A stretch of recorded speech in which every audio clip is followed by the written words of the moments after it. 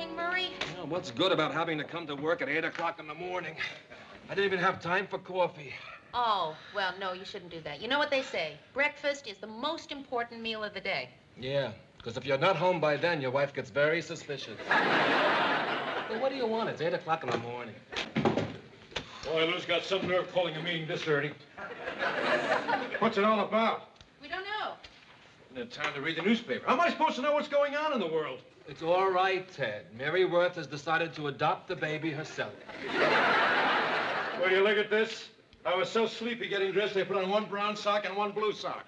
Well, I wouldn't worry about it, Ted. You probably have another pair just like them at home. What do you want? It's 8 in the morning.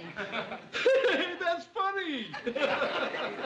Morning. Okay, meeting. Everyone in my office. Oh, say, Lou, wait a second. Look, look at this. I got one brown sock and one blue sock. But I'm not worried. You know why I'm not worried? Go ahead and ask me why I'm not worried. Why aren't you worried? Because each of these socks is from a pair of socks, and I've got one like each of them back home. Mary's joke. All right, everybody listen. What I have to say is pretty important. Lou. And I'd rather say it first. Then if you have any questions, we go. What is it, Ted? Lou, these donuts you brought, they're 4 plain and only 2 jelly. Who wants the jelly? And it doesn't... Okay, we'll do it this way. Producer gets plain. Ted. Producer gets jelly. We'll go by rank. Settle that later, Ted. Settle it later. This is important. All right. For the past 3 years, our ratings have been week in and week out absolutely terrible. But lately, they've started to slip. What are you implying, Lou? That I'm going downhill, that I'm getting slipshod, that I'm losing my touch? I mean, if that's what you mean, why don't you come right out and say it? You've gone downhill, you've gotten slipshod, and you've lost the touch. Come on, Lou, be serious. Mr. Grant, don't you think there's a little too much emphasis placed on ratings anyway? Yeah, who cares if our ratings go down a few points? Right, as long as the people keep watching. The sponsor cares. To a station our size, a single rating point could mean as much as $125,000 in added revenue. Wow, $125,000. So naturally, we've got to do something to improve our rating. I'll say. $250,000.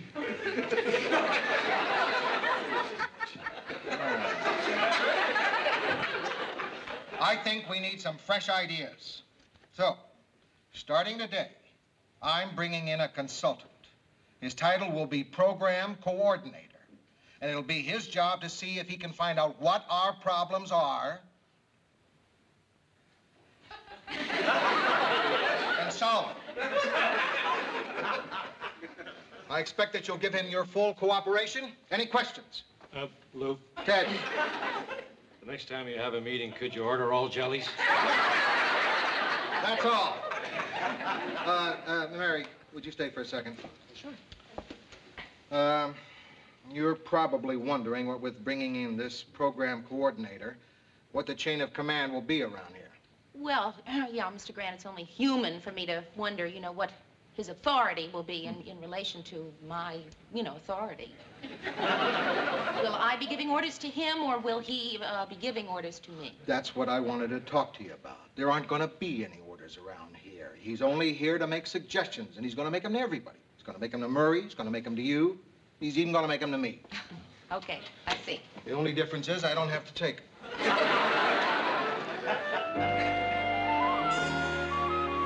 Now, I'll tell you why I asked you to come here. I've been thinking about this new guy that Lou's going to bring in. I just don't like the idea of a total stranger coming in here and telling me I'm doing a lousy job. Yeah, you got plenty of friends who could tell you that. Hi, Georgette. Hi. I bought you a new pair of blue socks. I couldn't find any store that sells just one. Sit down, Georgette. We're having a meeting here. There's a crisis in the newsroom.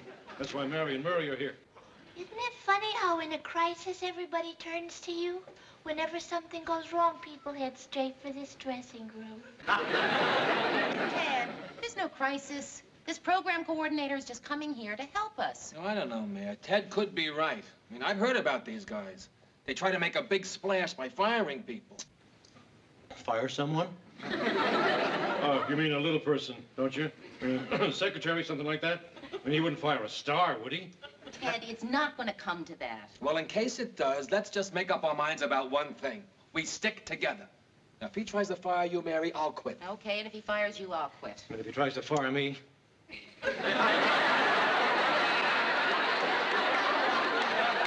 Come on, guys, if he fires me? I'll give you a reference. Ted, he's not coming here to fire anyone. He's coming here to help us raise the ratings. And that's a tough job. So I think the least we can do is be nice to him and cooperate. Well, all right, I'll be nice to him, and I'll cooperate. But I'll tell you one thing, I'm not afraid of him.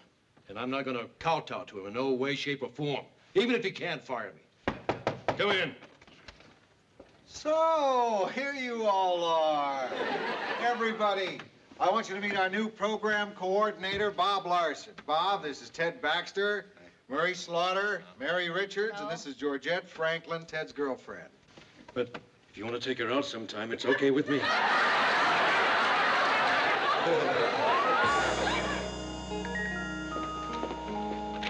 Oh, no. Not another memo from Bob. This must be the 10th one this week. Yeah, I've had 10 today. What's the latest? He wants me to order more memo pads. Mary, I am getting fed up with someone 2 years out of journalism school telling me how to improve my copy. Keep sentences short and snappy. No more humorous fillers. We drop humorous fillers the day I find a wedding between two 80-year-old nudists. Murray, how long can it last? I give it till the first frost. Oh, you mean him? Well, as far as I'm concerned, it's gone on too long already. Oh, Mary, I've just been looking over your rundown for tonight, and I think we should lose this story about student riots in India. Lose it?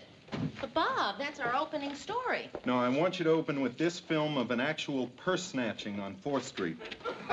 You think a purse snatching is more important than a riot? If it happens in St. Paul, yes. You see, our audience doesn't care about a bunch of students rioting in India. But there are 2 million of them. And that's just the sophomore class. Mary, I know it isn't easy for you to accept criticism from someone who's probably 10 years younger than you. But what I'm doing is based on pretty solid research. Well, Bob, in the first place, not that it's important, but I doubt that you're 10 years younger than I am. I'm 24. And in the second place, what research? Viewer research. You see, we've found that people who watch local shows want local news. Trust me. Lead with the purse snatcher. Lou? Boy, am I steamed. Did you see this memo that I got? Ted, don't take so many long pauses between news items. Who does he think he is telling me how to do the news? You don't think my pauses are too long, do you? Of course not, Ted. I think your pauses are the best part of the show. Thanks, Mur. Oh, you're getting them too, eh? What this show needs is more film and less Ted Baxter. Oh, this guy's gone too far, Mary. You gotta talk to Lou about him. All right, Ted, look, he's making some changes in the show that some of us don't like. But who's to say he's not right? I mean, he's only been here 2 weeks. It's too soon to tell. Well, I can tell. More film and less Ted Baxter? If you're not gonna talk to Lou, I am. Terrific idea, Bob. Terrific. Yeah, Bob, you're doing a great job. Let's see. Where did I put that? I was in the, in here. Oh, Mary, one other thing. Those little poems the weatherman's been doing at the end of the forecast, let's lose them. Oh, Bob, those little poems are his favorite part of the show. He spends all day writing those poems. He spends all day writing, cover up, put on galoshes, the storm tomorrow will make you nauseous. All right, that's not one of his better efforts, but, gee, I hate to hurt his feelings. I can't worry about hurt feelings. I'm here to get the ratings up, not to make friends. This isn't a popularity contest, Mary. Oh, Murray, how am I going to tell a guy I have to cut his favorite part of the show? How about, though your poems to some may bring enjoyment, write one more and you're on unemployment. All right, people. The day when the news department department can ride roughshod over the other shows is past. Sue Ann? Don't interrupt, dear. That program coordinator of yours has been doing promos for your news on my show. Your audio, Mary, over my video. Picture this, if you will, Mary. A tight close-up on my bordelaise sauce, simmering and succulent. While a voice says, sewer explodes, details at 6.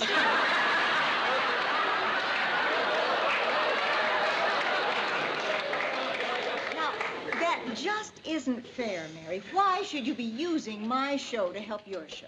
Well, Bob says that the ratings of a news show directly affect the ratings of other shows around it. Let me understand this. You mean I could work my fingers to the bone creating a salade niçoise that is a rhapsody. But if Murray, no offense, dear, this is purely hypothetical. If Murray writes a lousy headline, I go down the toilet? Yeah, that's about the size of it. Well, Mary, there's just one little problem. I've been watching your show, and what that so-called expert is doing isn't helping one bit. In fact, quite the opposite. You know, I agree with the mayor. I think these changes are hurting the show. Look, maybe you should go in and talk to Lou. Oh, look, I don't like some of his ideas any more than you do. But you know, he might be just what we need. He's bright, he's knowledgeable, he's hardworking. He's 24. I'm gonna go talk to Mr. Grant. Mr. Grant, do you have a minute? Shoot. Well, it's about Bob Larson. I don't think it's working out. Everyone out there is really unhappy. I mean, morale has never been lower. And in my opinion, it's all beginning to affect the show.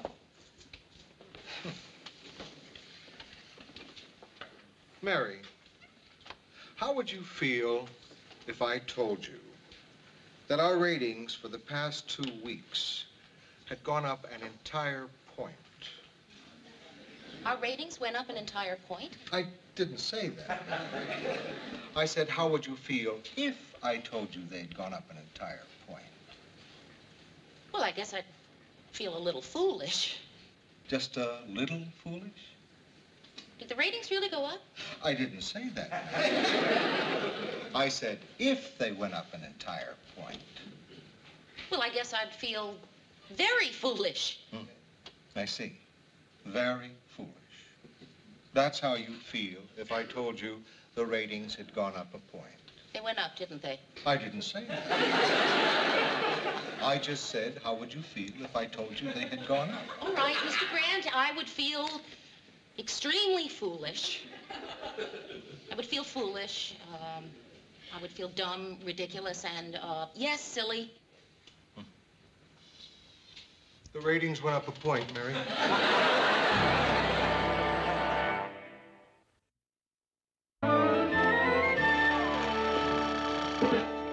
Newsroom? Well, thank you very much. It's always very nice to hear that from our viewers. Goodbye. That's better. Short and snappy. You know something, Murray? I still might not agree with some of Bob's ideas, but boy, it sure feels good to be a winner. You can say that again. You know, yesterday I opened a charge account, and for the first time when the girl asked me where I worked, I didn't mumble. I know what you mean, man. Yeah, for the past 2 mornings, I've been leaving the house humming. Marie thinks I'm fooling around. Have you guys seen this review? A new Ted Baxter, more restrained and likable, anchors with a well-paced delivery. Hey, that's quite an improvement. I'll say, this guy used to be a rotten critic. You know, I have to hand it to Bob. He knows what he's doing. He's really helped us a lot. He really has, and he's worked awfully hard, too. You know, I wish we could come up with some really nice way to say thank you. Wait a minute. I think I've got it. How about thank you? Yeah, that's not what I had in mind. I mean, let's face it, ever since Bob got here, the atmosphere has been less than friendly, right? And I mean, maybe that's our fault, too. Maybe if we'd been a little warmer to him, he'd be a little warmer to us. Why don't we all take him out to dinner? Or I could have a party for him at my place. A party? Yeah, you know, make him feel like one of the family. We do it all the time. Like, remember? We gave that picnic for the all-night mop lady. And remember 2 years ago you collected $1 from everyone for the mail boy's birthday? Oh, which reminds me, Ted. You'll get it, you'll get it. Oh, Mr. Grant, I was thinking of having a party for Bob Larson at my place. You know, a sort of combined congratulations and welcome party. Sort of make him feel like one of the team. What do you think? Well, in the war, we found that a unit who had been through battle felt closer. There's something about shared suffering that brings men together. Yeah. I think one of your parties might do it, Mary.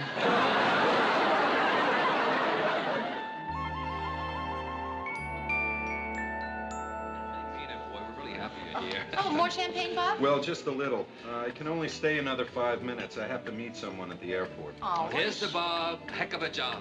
See? Even my toasts are short and snappy. Larson, I like the cut of your jib. If you only knew how long I've been trying to ask them to use more film and less me. You having a nice time, Mr. Grant? It's a great party, Mary. The champagne, the hors d'oeuvres, the buffet, just great. Oh, yeah, it was really a terrific idea. Well, thank you. Hey, how much am I paying you? $2.25 a week. That's all? That's it. Well, Mary, you know something? What? I think it's great that you can throw a party like this on that kind of salary.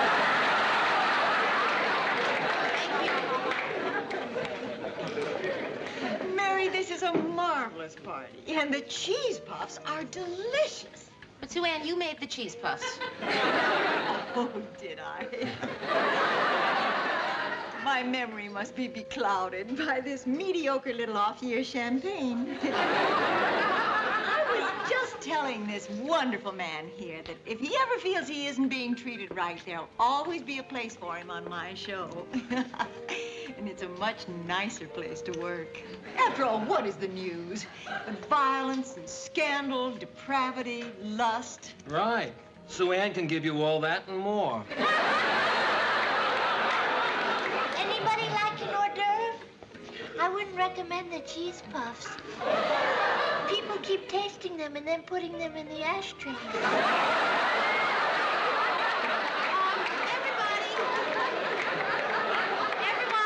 listen, Bob has to leave, so I thought now would be a good time to propose a toast. So, Bob, come on up here.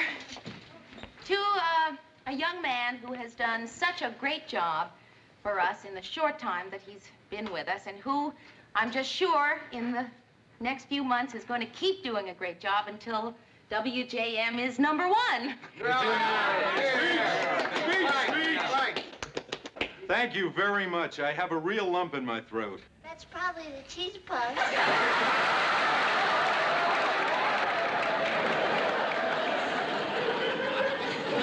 I can't tell you how great these last 3 weeks have been. I think we've all done a heck of a job. Right, absolutely. But I have something I want to say. I was going to tell Lou tomorrow, but... What? You firing me? No, but I think in view of what's been said here tonight that I should say it now. This will be my last week here. I've decided to leave WJM. But I want you to know it's been terrific working with you. Really. Well, I got to run. I'll talk to you tomorrow, Lou. Great party, Mary. Thanks again. Leaving? I don't understand. Don't worry. He's not leaving. Take my word for it. He'll be back. What makes you so sure? I parked right behind him in the driveway.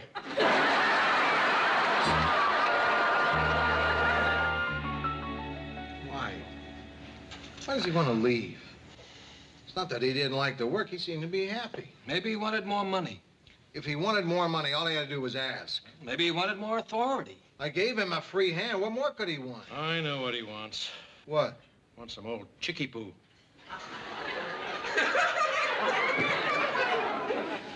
What's that? You know, a little of the old slap and tickle. Don't you guys understand English? He wants a broad. Ted, come on. Listen, a young single guy alone in an unfriendly city. You saw the way his eyes lit up when Mary kissed him at the party? Oh, reminds me, Lou. If you want that guy to stay, Mary is the bait we're looking for. That's the most disgusting idea I ever heard. Ted, are you seriously suggesting that we It's use for the Mary... good of the show, isn't it? If I were a woman, I'd do it. Ted, shut up. All I'm saying is it won't hurt to ask her. Hi. Hi. Did I interrupt something? No. Won't hurt to ask her what? Nothing. Yeah, we were just talking about Bob Larson. Trying to figure out how to change his mind. And I had a great idea. Mary doesn't want to hear it, Ted. Sure she does. Forgive me for speaking frankly, Mary, but we're all adults here, and I'm not going to mince any words. Mary, I want you to make nice nights with Bob Larson. What? No. Give yourself to him. Are you out of your mind? Why not? Ted, that's enough. Nobody's giving themselves to anybody. I don't know. Maybe we can give Ted to the Salvation Army. All right. Forget it. Women. Ask him for one lousy little favor and... Morning. Hi, Bob. So much for small talk. Why are you quitting? Well, I just figure my work here is over. What do you mean over? We got the ratings up 1 point. Let's keep going. Let's get them higher. Well, frankly, with the budget you have and the facilities and the personnel, I don't think it's possible. Are you telling us this is as good as we can get? Well, I'm afraid so. I mean, this is a nice, friendly little station. But I've done all I can here. And I just feel I'm ready to move on to bigger things, you know? Well, best of luck to you all. So, guess that's that. As good as we can get. Nice, friendly little station. Hold it. Wait a second. All right. Maybe this is as good as we get. And maybe our ratings won't get any higher. And maybe the other stations are better than we are. And maybe Ted isn't the best anchor man in town. And maybe Murray isn't the best news writer. And maybe I'm not the best producer. Lou, you're coming to a butt pretty soon, aren't you? Thought I was. Now I can't remember it. All right. You want to know what the butt is? I'll tell you what the butt is. The butt is, and it's a heck of a butt, too. The butt is, what's wrong with being a nice, friendly little station? Huh? A station where ratings aren't the most important things. A station where people care about each other and respect each other's feelings and really like each other. Okay, look. What if I told you that the station manager just informed me that we got a letter from Eric Severide saying that he was in Minneapolis 3 weeks ago. Now, that's before Mr. Larson got here. That he had seen our show and thought it was the best written, best announced, and best produced show he had ever seen locally. Eric Severide? Severide. And that was before Larson got here. Right. Murray, I'm going to treat you to a jelly donut. No, the treat's on me, Ted. Best news writer in town. Best announcer. Newscaster. The station manager got a letter from Eric Severide? I didn't say that. I said, what if?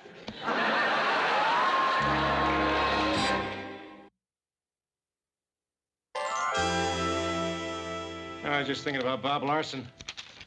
I still wish when he threatened to quit, you'd have given yourself to him. You know why? Why? Because if it had worked, I'd have threatened to quit. Ted, I'll tell you what. If you quit, I'll give myself to you. Thank you.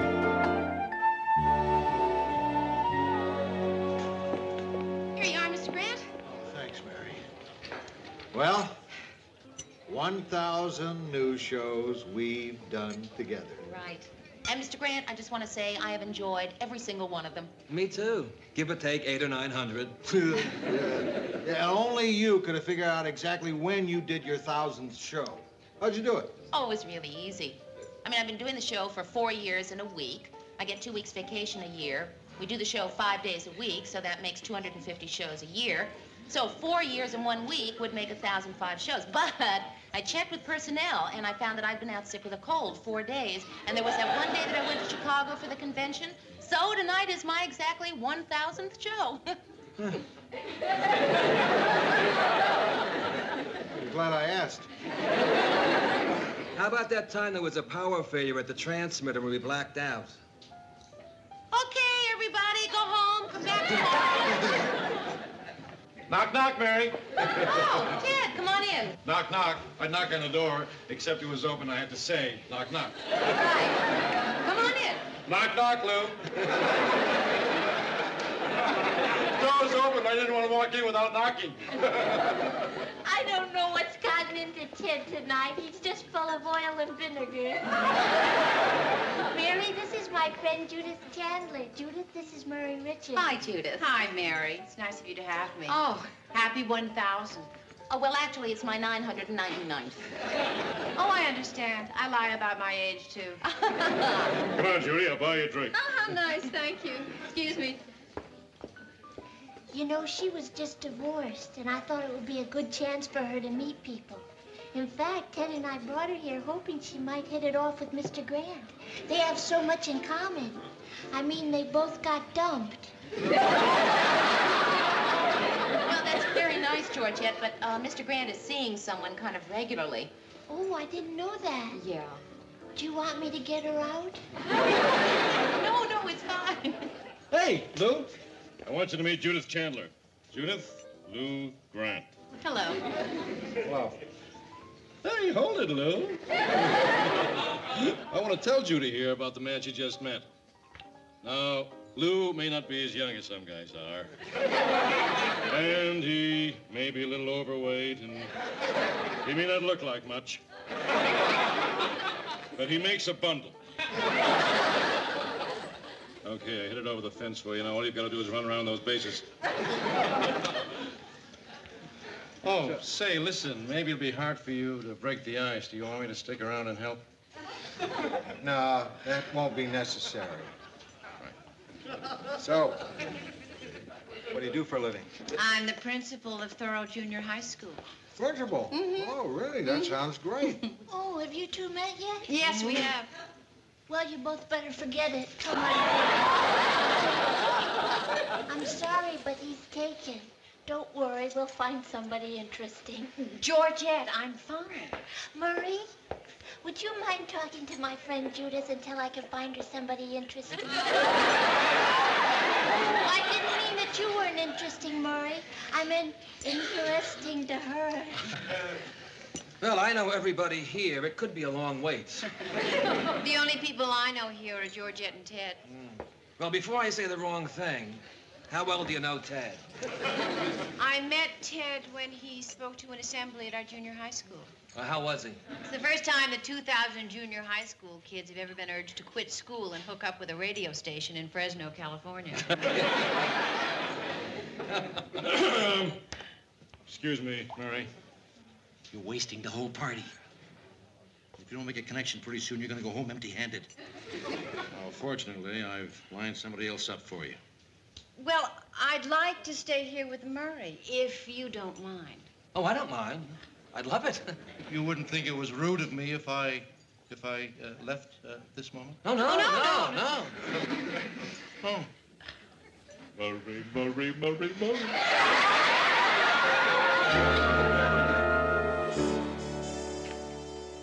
So, Mr. Grant, how'd you enjoy my party last night? Not so hot. Well, that's the most you've ever enjoyed one of my parties. You'll never guess who really got my goat last night. Ted. Right. Usually nothing he says bothers me.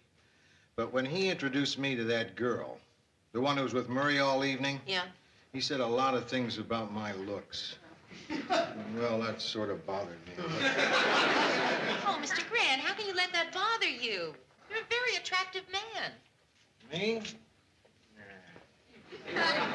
Well, Mr. Grant, it just might surprise you to know that women talk. And women find you very attractive. Me? Yeah. They do, really. Oh, No kidding? No kidding. Mr. Grant, they do. Women find you very sexy. Sexy? I don't believe it. Well, it's true. Some women do. What do you mean, some? Hey, are we crazy? Even talking about something like this is ridiculous.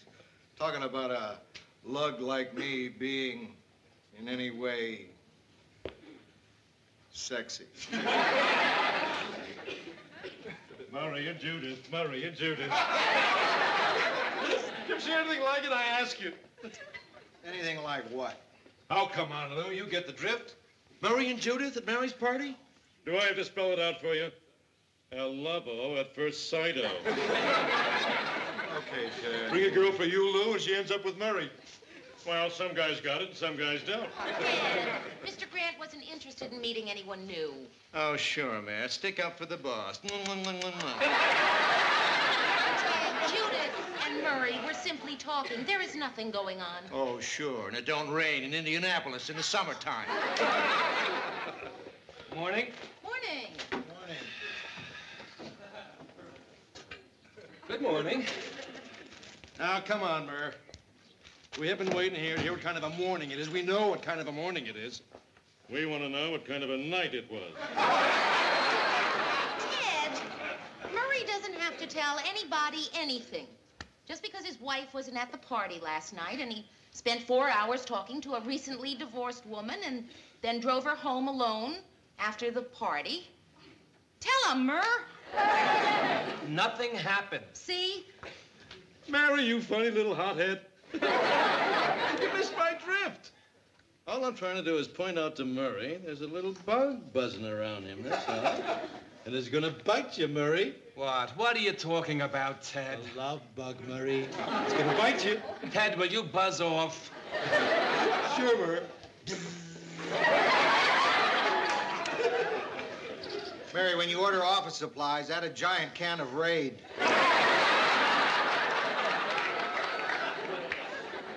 It's incredible. I talked to a woman at a party. I simply had a conversation with a woman at a party. Oh, come on, Murray. You know Ted. He blows things up way out of proportion. She has this piano she wants to sell. I'm interested in buying a piano. Maria and I have been wanting to get a piano for a couple of years now. So I make it Judith's. It was all perfectly innocent. Oh, boy. Say, Mary, you don't have to answer this, but... Well, do you think there was anything wrong in my talking to Judith at that party last night? No. Or in my asking her to have lunch with me today? No. Or in my not telling her that I was married? Mary, like I said, you don't have to answer.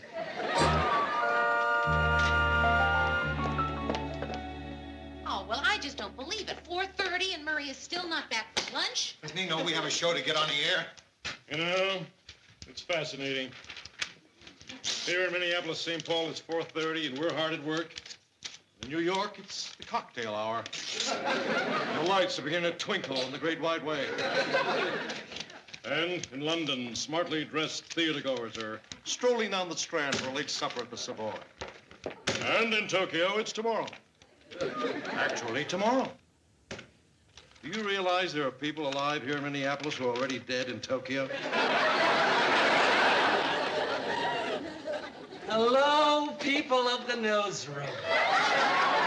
Murray, you know it's 4:30 in the afternoon? Oh, Lou, don't be so upset. Murray, a lot of news came in over the wire while you were out. You weren't here to get it. What, news stories? Yeah, news stories. Oh, Lou, there will always be news stories.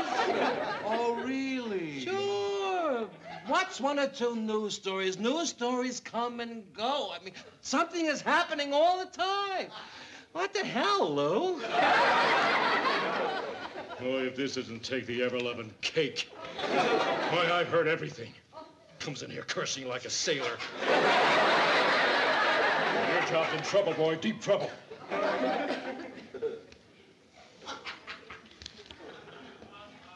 What have you been drinking? Pouilly Foussé. Too bad. What do you mean? What? Why? I've been a newsman for 30 years. I've sobered up guys who were drunk on everything from scotch to aftershave lotion.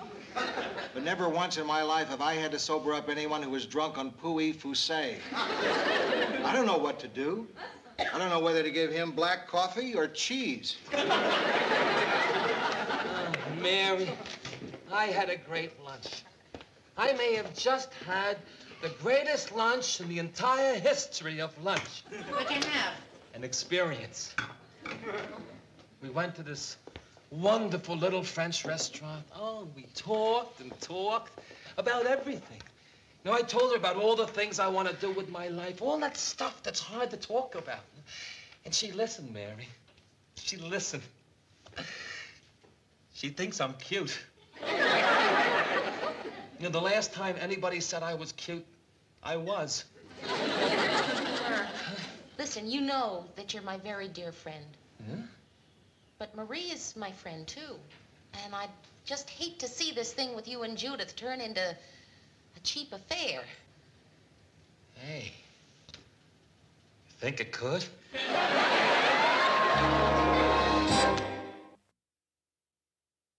Come in. Lou, you got a second? Sure. Oh, look, I'm sorry about this afternoon. Oh, hey, these things happen. I've gotten sloshed like that plenty of times myself. Look, I got a problem, Lou. No, look. Would you put that back, please? My stomach is still a little queasy. It's about Judith and me. Say, Lou. Oh, sorry. Is this business or personal? Personal.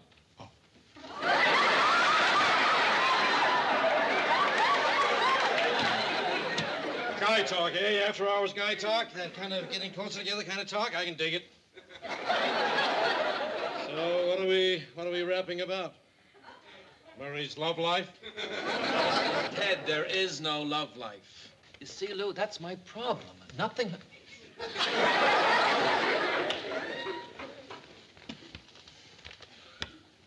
Nothing's happened.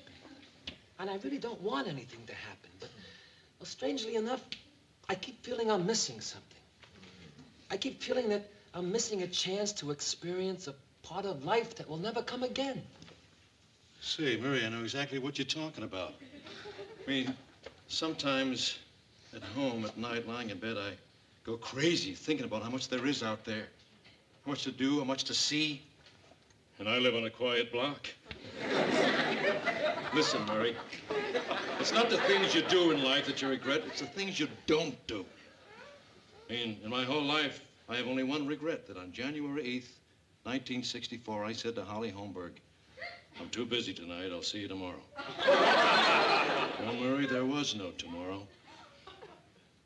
The carnival moved on. Gee, Ted, it's kind of touching. I'll say. That's the last shot I'll ever get at a trapeze artist. Murray, you got something good. Don't mess it up. I know, Lou. I mean, I've been happily married for 18 years. I mean, why do I want to start fooling around now? Listen, Murray, anybody who's been married 18 years and hasn't fooled around isn't normal. Ted, I was married 26 years and never fooled around. Oh, 26, yeah, but not 18. I mean, I don't understand myself, Lou. I mean, what I have is wonderful. Why do I want something that's different? Man, can I interrupt? Let me put it on terms you can understand. Now, let's say you're the Minnesota Vikings. And every time you play the Green Bay Packers, it's a great game. But that doesn't mean that's the only team you want to play. I mean, you don't want to play them every Sunday for the rest of your life. Maybe the little Chicago Bears, Kansas City Chiefs, little Houston Oilers.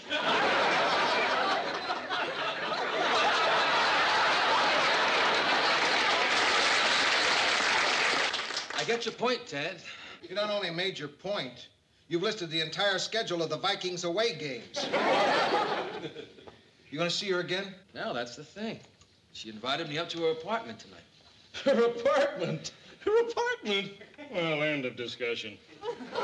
Look, she wants to sell me her piano. A piano? In her apartment after hours after work? End of discussion. Look, I need a piano. Mary, take it from me. You don't want to play the piano. You want to play the Houston Oilers.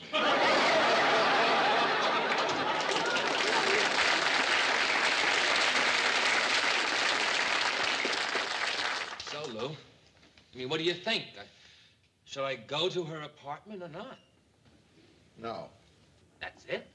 You want a debate? Go to William Buckley. You want an answer? I gave you one. Okay. Well, I better get going. I told Marie I'd be home at 11. Already, it's 7:15. Going there anyway, huh? Yeah. All right. But just remember, you start something tonight, you won't just be doing something you'll regret the rest of your life. You're going to be doing something a lot worse. You're going to be following Ted's advice. I'm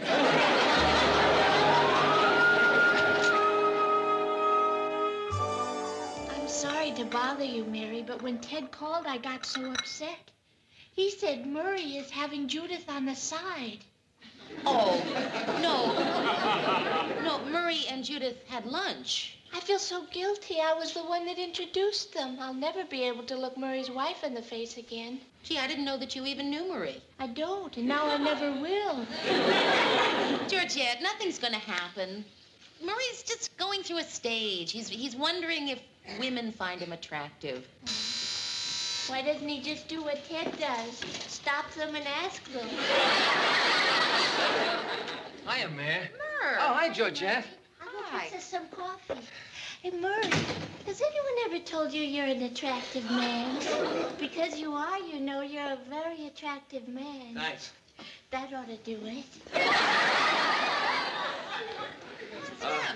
Mare, you said I could talk to you any time. Yeah, right. Oh, look, do you have the time? 10 to 9? Oh, I thought it was a little slow. I want to be home by 11. Oh. Yeah.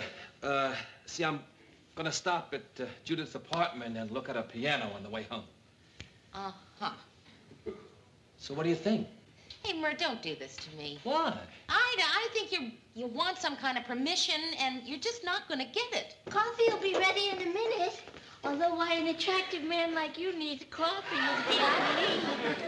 Oh, I know what I have to ask you. Have either one of you seen this thing? I did. Yeah, what's it about? It's wonderful. Paul Newman and Robert Redford. No, the plot. Just describe the plot. Well, they're sort of con men. Con men, right. Hey, Murr, why do you want her to describe the plot when it's playing right down the street and you could be sitting there Oh, Murray. I don't understand why you said, oh, Murray. Just because he wants to know the plot of the movie in case somebody should ask him? Oh, Mary. Everybody's finding out about me, and I haven't even done anything yet. Excuse me, I'm going to the kitchen. I don't think you want to discuss this in mixed company. Mary, don't you see? I mean, I gotta go there tonight to find out what I'm gonna do when I get there. Hey, Murr, look, you and I have known each other a long time, right? For a long time. And we respect each other. We respect each other. And you know I'm not the kind of person to butt in. Oh, never. You never butt in. And I don't go in for little psychological insights into people. You know I never do that, right? I know. Good. Until now. Check. Murray, it is just, I don't think you want to go to see Judith at all. It's so clear. I mean, it's just so really clear that if you wanted to see Judith, you would not be standing here chatting with me at 9 o'clock. 9 o'clock? It's 9 o'clock? Look, I'll see you, Mayor. Where's Murray going in such a hurry? He's gonna buy a piano. There must be some sale.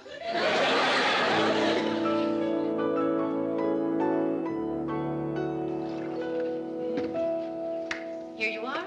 Oh, thank you. Thank you very much. You're welcome. You're welcome very much. Well, I see that's the piano, I suppose, hmm? No, that's a copy. I keep the real one in my safe. Hey, this is fun. It looks like a great piano. Why don't I just go over and give it a dry run? Hmm? It's been in my family for years. I learned my first Chopin nocturne on this piano. My first Bach prelude. My first Beethoven sonata.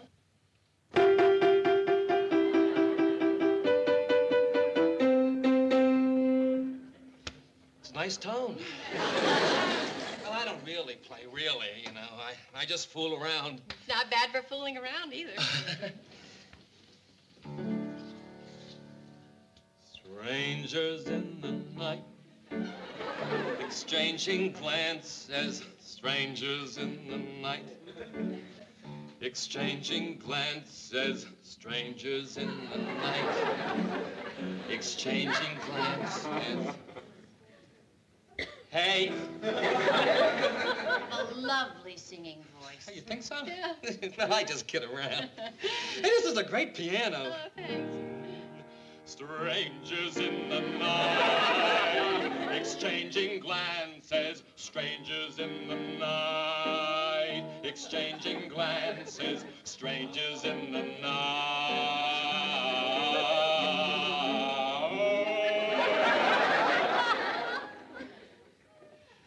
We haven't talked about price. What are you asking generally? You know, in the vicinity, just generally. Oh, in the general vicinity? Yeah? I was thinking about $3,000. 3,000? That's nice. Good. Let's drink to that. Okay.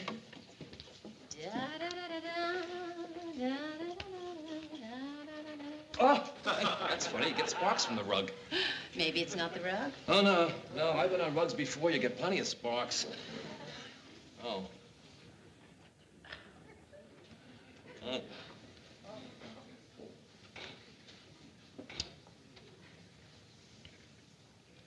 Judith? Do you think you'll come down a couple of $100 on the...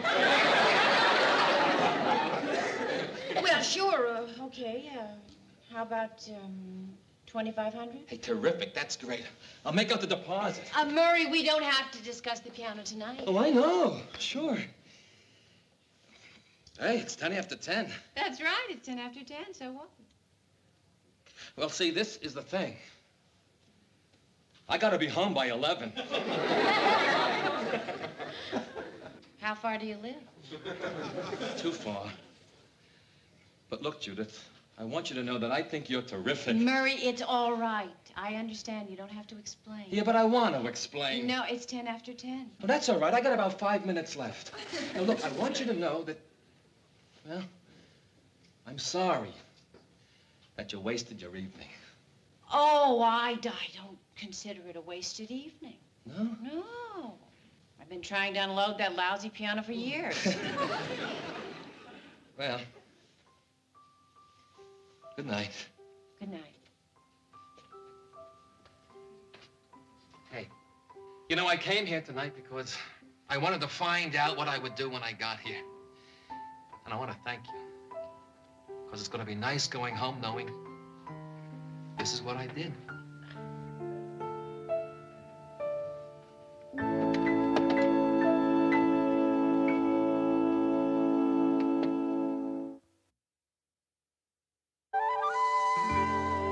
That's it, Mayor. That's all that happened. Oh, Murr, I'm glad everything worked out. But listen, you don't have to come all the way over here to tell me. No, that's okay.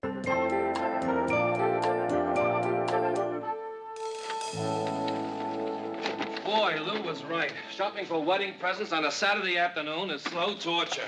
I think torture's supposed to be slow, Murray. What would be the point of fast torture? If it were anyone but Rhoda getting married, I wouldn't have done it. Well, she'll appreciate it, Murr. Gee, I just hope she likes what we got. It'll be a little difficult for her to fly back to Minneapolis to exchange them. Oh, she'll love everything, Mary. Who wouldn't want silver on their dining room table? The Lone Ranger. Isn't the wrapping exquisite? Sure These is. bows take forever to tie. Now, let's see. This is the silver nut dish that I got from Mr. Grant to send her. And Oh, excuse that's- me. I think that is the nut dish. Yeah, this is my wine coaster. No, this is the wine coaster. Well, this... Actually, I think the wrapping was a little overdone anyway.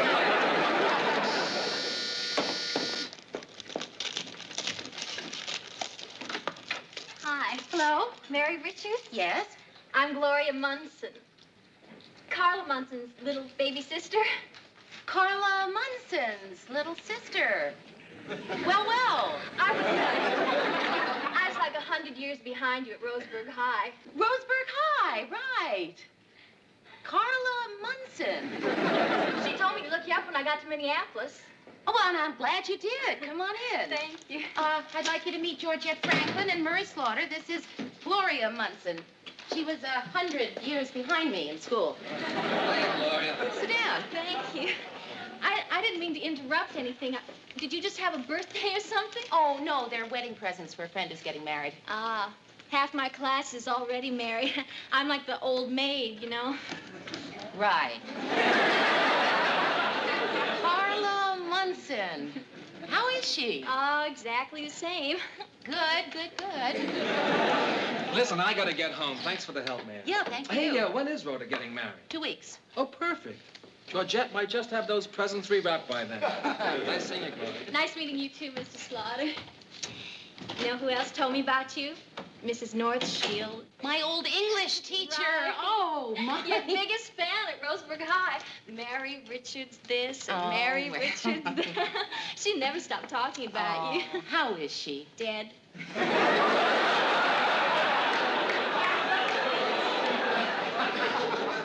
Murray, is that good enough? Oh, gee, Georgette, that's perfect. I mean, I'd never even know it had been unwrapped. Listen, you better mark it right away so we remember which one it is.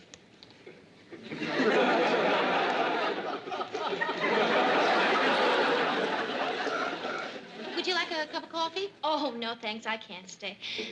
Mary, I didn't mean to bother you at home. I just wanted to ask you about your work. You want to get into television, right? That's why I looked you up. Carla said you were the one everybody turned to when they needed help. And I really need help. Well, Gloria, I'd love to help, but there just aren't any jobs open at WJM right now. I know. There are no jobs open anywhere. Well, I tell you what. Why don't you at least come in Monday, and I'll show you around anyway. Oh, would you do that? Sure. Oh, wow. Oh, just to see the inside of a TV station would be such a kick. Well, shall I call you or what? No, I tell you, why don't you just come in about 11? How's that? Oh, fine. Oh, gee, thanks, Mary. Oh, goodbye, Miss Franklin. Bye. Gee, you're super. Oh, come on. Just like Carla said. All right, but listen, I'm not promising anything, huh? Okay. Still, I can't turn down Carla Munson's sister. Bye. Who is Carla Munson?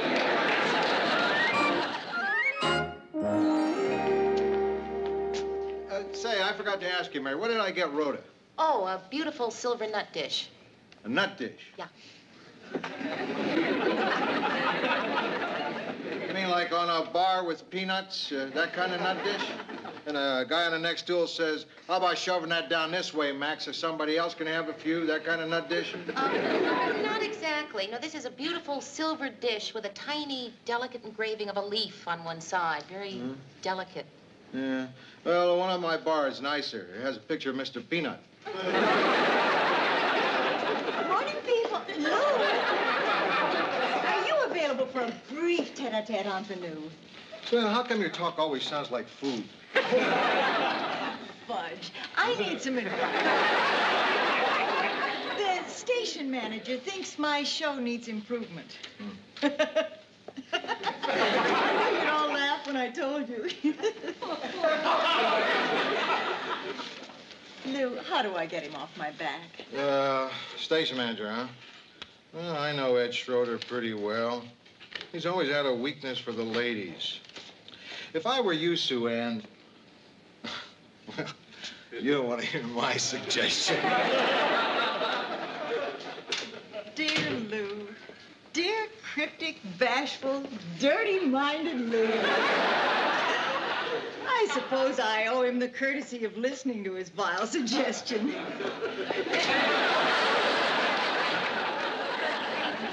Hi, guys. What do you think of the cleft in my chin? I noticed it was washing out under the studio light, so I darkened it with a ballpoint pen. Looks like your face has a little blue belly button. Hi, Mary. Hi, Mr. Slaughter. Hi, Gloria. Am I too early? No, not at all. Gloria, this is Ted Baxter. Ted Baxter. I watch you every night. How come there's ink on your chin? He had squid for breakfast. Who is this charming child? This is Gloria Munson. She'd like to get into television. Well, you've come to the right place, Gloria. Well, Ted, actually, I already told her that we have no job openings. All I want is a chance. Well, I might be able to pull a few strings. I'll do the lowest kind of unskilled work. Watch it, Ted. Competition.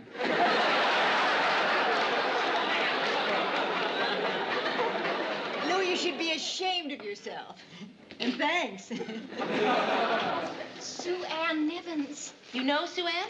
She is my idol. My absolute favorite television personality. I don't believe I've met this adorable and perceptive youngster. Sue Ann, this is Gloria Munson. She's looking for a job, Is there any chance that I could watch you tape a show, Miss Nivens, in person? I never miss it. I even watch your reruns. I've seen your Pêche Flambée 6 times. And I know your dumplings by heart. Who doesn't?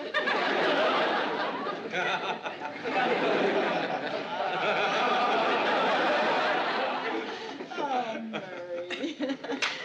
Murray, with your sly wit, it's a wonder you never became more successful. Miss Nivens? Call me Sue Ann. Well, may I watch you, please? Certainly. Is it all right, Mary? Yeah, sure. Perhaps I can help. I think television needs bright young women. Look at me. And even, to a certain extent, Mary. This is like meeting royalty. It's all a wonderful dream. A whole chapter from my diary.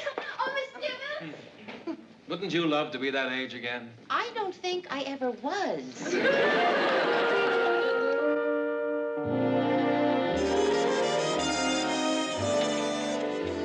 Okay, Gloria, that's it for now. Okay, thanks, Mr. Wilson. Camera's back at 2 o'clock. Gloria, hi. Sue Ann told me she'd give you a job as her stand-in. That's terrific. Thought I'd just come down and see how you're doing. Oh, it is all so exciting. I mean, I'm not just Sue Ann's stand-in. She lets me help her out in every way I can. Yeah? This morning, I peeled onions, cleaned a fish, scoured the oven, and unclogged a drain. Oh, Mary, isn't show business just wonderful? Yeah. Hi, Mary. Hello, Mary. Ed, I'd like you to know my new stand-in, Gloria Munson. Gloria, this is Mr. Schroeder, WJM station manager. Hello, Gloria. Oh, it's such an honor to meet you, Mr. Schroeder. Wow, you look so young to have such an important job. Well, I'm not all that young. Ed's been making some more suggestions. Oh, what kind of suggestions? I thought Sue Ann's show was very successful. Oh, yeah, it is, Mary, but you can't rest on yesterday's laurels. The public demands change. You must have found that on your show. Oh, yeah. We try to change the news almost every night. Well, listen, I gotta get going. I just wanted to say I think it's terrific the way things are working out. Sue Ann, I feel that your show needs some changes, some new elements. Frankly, Jane Q. Public is getting a wee bit tired of the same old household hints every day. The same old hints? Here's what I'm doing today. Tell me if these sound like the same old hints. Lemon juice your knickknacks? New life for your squeegee? Moisten your suction cups? Kiss soap dish jelly goodbye? Same old hints. Mr. Schroeder, I know it's not my place to say anything, but I think Sue Ann's show is just wonderful, and I think you should be proud to present it on your station. What a sweet, generous, accurate thing to say. Of course, I'm sure there's not a TV show in the world that couldn't stand a few changes. What sort of changes? Well, since you asked, Sue Ann, I was thinking this morning, wouldn't it be terrific if... you don't want to hear this? That's right, dear. No, please, go ahead. I'd like to hear it. Well, with everyone so concerned with physical fitness these days, why don't we demonstrate some calisthenics for housewives? That's very interesting. As a matter of fact, it might appeal to the male audience. After all, men love to watch an attractive girl do gymnastics. Marvelous idea, Gloria. I'll just lower the neckline on my leotards and... What sort of exercises did you see me doing? Oh, something simple like this. 1, 2, 3, 4, 5, 6, 7, 8.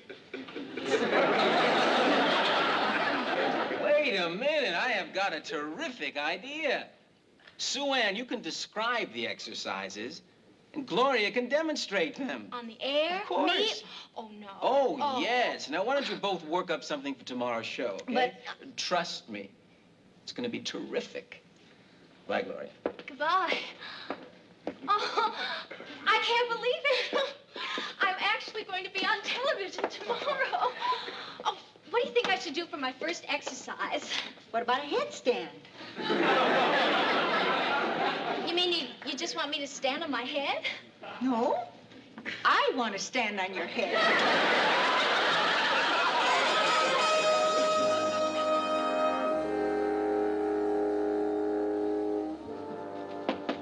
Come in. Hi, Sue Ann. Hello, Mary. Listen, I can't stay long. Something's come up at the newsroom. What do you want to talk to me about? Mary, did you know the best time to cut a flower is when the bud turns soft? No, I didn't. What did you want to talk to me about? Well, just that Ed Schroeder now feels that that exercise spot works better with Gloria doing the whole thing. Oh, so you mean as well as demonstrating them, she'll be describing them too? Yes. Did you know a lump of sugar will make your rosebuds open faster? No, I didn't. Sue Ann, why do you keep changing the subject? Because I'm arranging flowers, dear. If I concentrate on these aromatic blooms, I can create a floral fantasy. Whereas if I think about Gloria, I'm apt to rip their smelly little heads off. Look,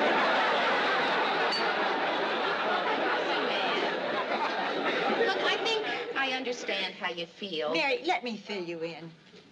3 days ago, he met her for the first time. The next day, he took her to lunch. Last night, he took her to dinner. Today, he's been calling her repeatedly on the telephone. Uh-huh, so she's sort of become his, protege? Oh, Mary, how well you put things. His protege. I do like that word. Protege. From the French. Meaning your place or mine. Little Miss Muffet is after my job. Oh, come on, Sue Ann, why does that have to follow?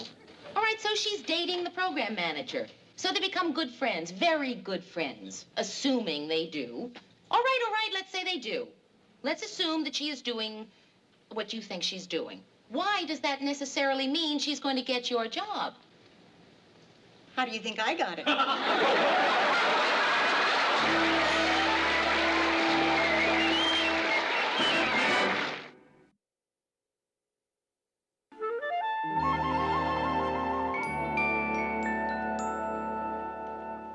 This is delicious, Mary. What's Thank you. it called? Well, I don't think it has a name. It's just a casserole. It's wonderful. I love chicken and zucchini. Georgette, this doesn't have either chicken or zucchini. I know, but I love them. And I also love this. So this reminded me of them. Gotcha. When are you going to Rhoda's wedding? What reminded you of that? That was a new thought. I leave Friday after work. Either Mr. Grant or Murray will drive me to the airport. If I were you, I'd have them both do it. Just for the company. I'm afraid of flying. I once had a very bad experience in an airplane. What happened? It took off. That's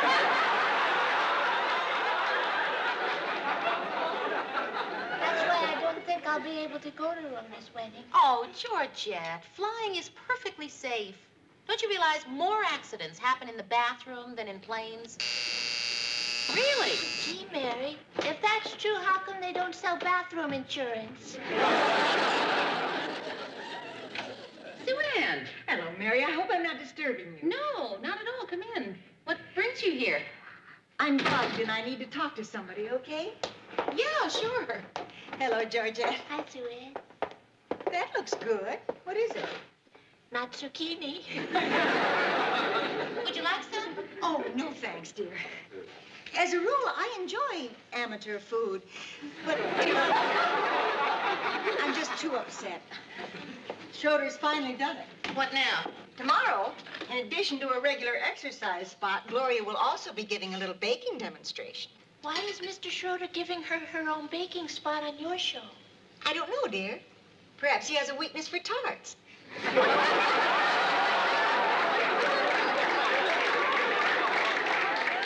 Ann, have you spoken to Mr. Schroeder? Fat lot of good that would do. I'm out, Mary. Finished. Washed up. Oh, no, Sue Ann, I don't believe that. She's an inexperienced 23-year-old kid. Come on. Look, personal feelings aside, Ed Schroeder is the station manager, and he's not about to make a star out of someone who's totally incompetent. Of course not. He's the one who hired Ted.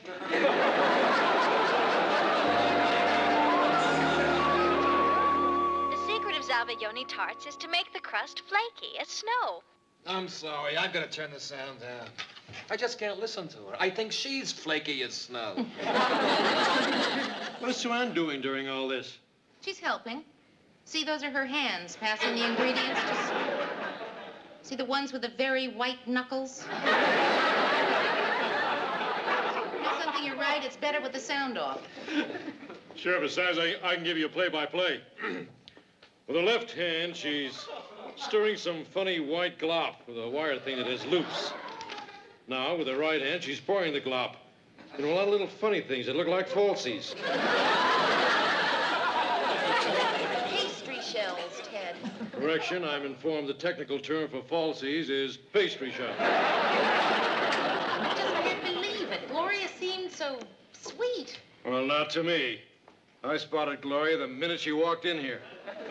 Something about her looked phony to me. Maybe she was wearing pastry shells.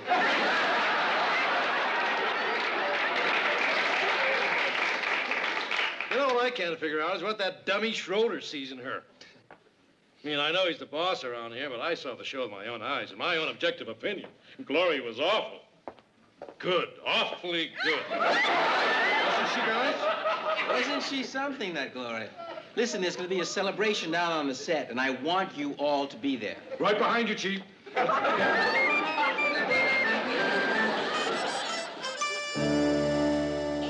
you tasted these? Gloria made them all herself. Have They one. look wonderful.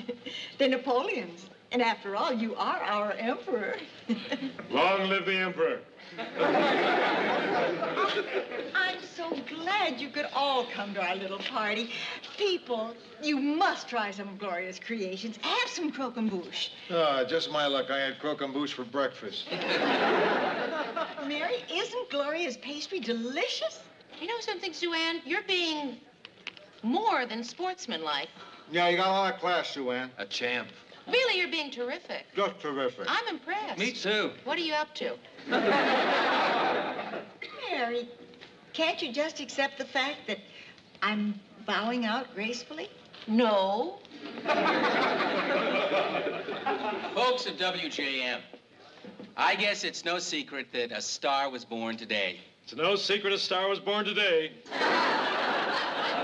Which, of course, is not to take anything away from our own Sue Ann Nivens, who has always done a super job. Always done a super job.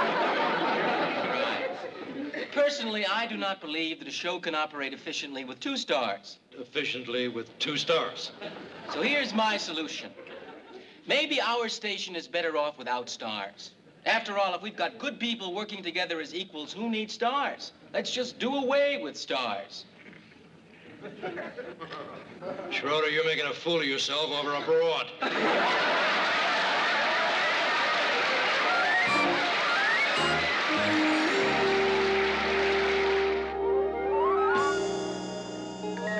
Boy. What is it? I ate that, what do you call it, too fast. I think I gave myself a real bellyache. Oh, Murr, that's too bad. I'll get you some bicarbonate. Oh, thanks.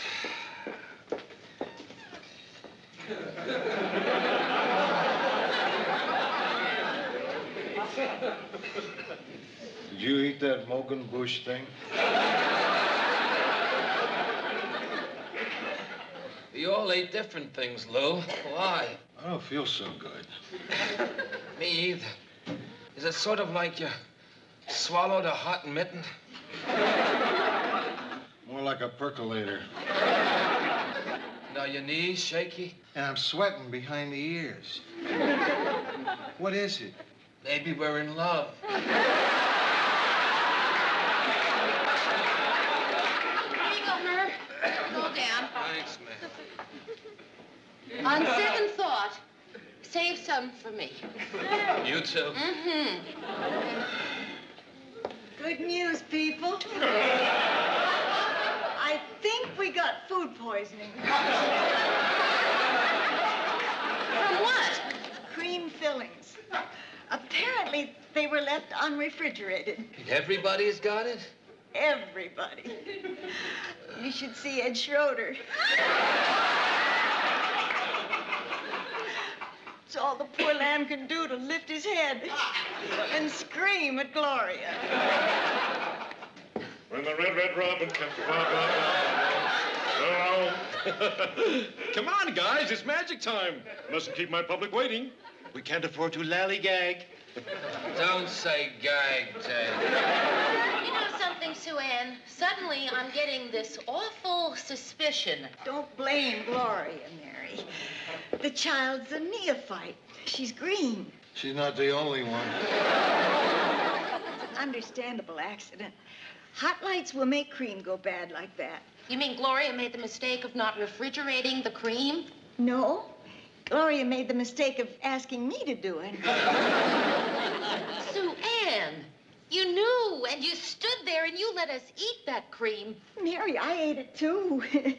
For the good of the show. After all, as I said to Gloria just now, bending down to where she was lying under the sink. Can't stand the heat, dear. Get out of my kitchen. Well, food poisoning or no food poisoning, I've never yet missed our show. Oh, I'm sorry, Lou, but it only lasts a few hours. Good evening, this is Ted Baxter with headlines and deadlines from around the world, Washington. In a statement on the economy released early today, President Ford said... Uh-oh.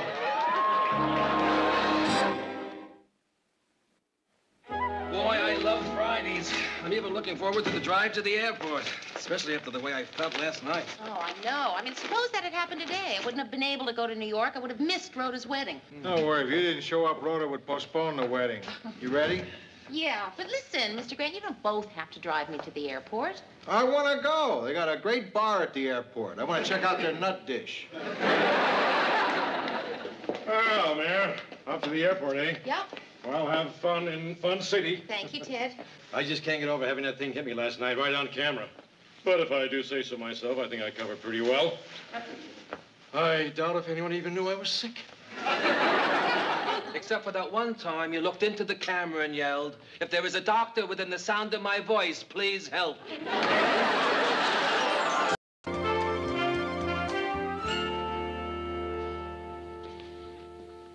You think of anything? No, you? No, I can't think of anything. Me neither. What about... Huh? No, it stinks. Mary, you can't get an idea by being negative. Let's try being positive. Who knows, maybe your idea will be terrific. Okay. What about a documentary on women's changing role? That stinks. I know. Mr. Grant, this is crazy. We finally get the money to do a documentary, and we can't even think of one. All right, I tell you what. Sit down. I'll just throw out a lot of ideas really fast. You know, just anything to get us thinking. Doesn't have to be good. Just anything. Move us into the fresh areas. Just real fast, okay? Okay. Okay.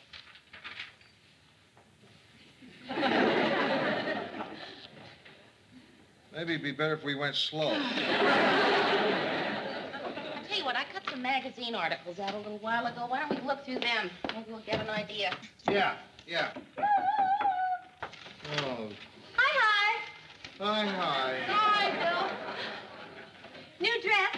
You like it? Oh, very much. Lou, Huh? you like it? Yeah, I like it. I saw it on the rack and I thought, oh, but it's so glamorous. Do I dare to wear something this glamorous? I mean, I'm not a model or anything. The very idea. I mean, me, a model?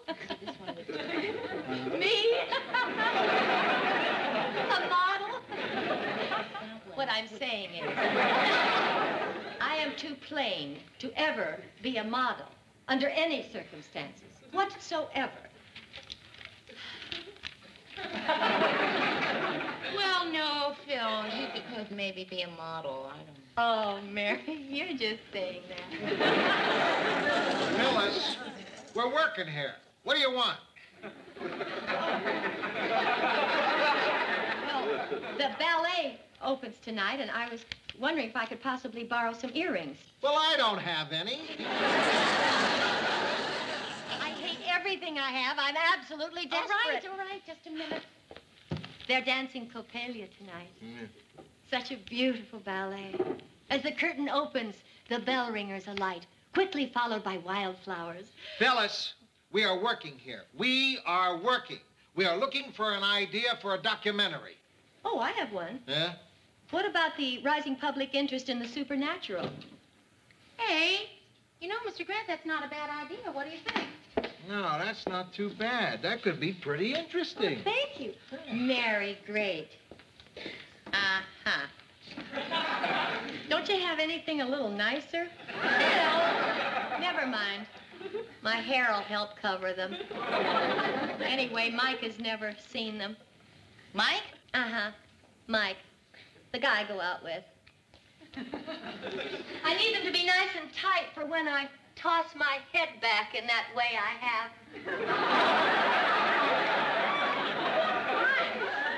No, what do you mean the guy you go out with? I mean, does... Oh, I guess I should explain.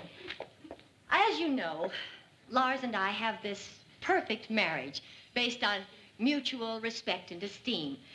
There's just one problem. When it comes to culture, Lars is a pinhead. So I've got myself a companion. Really bright, interesting guy. He and I go to the ballet, concerts, and museums together. Lars, of course, totally approves. I see. I know it's a daring new concept, the idea that a man and woman can be just friends. But I've always been a pioneer. If you'll remember, Mary, Lars and I had the first water pick in the building. Oh, excuse me, I was looking... Mike! Oh, hi, Phyllis. Lars told me you were up here. Oh, Mike, this is my friend Mary Richards. Mike Tedesca. Mary? Hi. Come in, please. Do we have time to sit and chat? Yeah, sure, we got time. Lou? Huh? This is Mike Tedesca, Lou Grant. Oh, hi, Mike. Lou? So, you like the ballet, huh? I certainly do. Yeah, I never been myself. Well, you should go. Yeah, I've been meaning to. Well, I mean, there's something really beautiful about the way they move. The timing, the coordination, it's like watching a double play from Reese to Robinson to Hodges. Yeah. Yeah. Yeah. That was some team. Billy Cox III? Farillo on right? Ah! Isn't it wonderful how Mike manages to relate to everyone at his own level?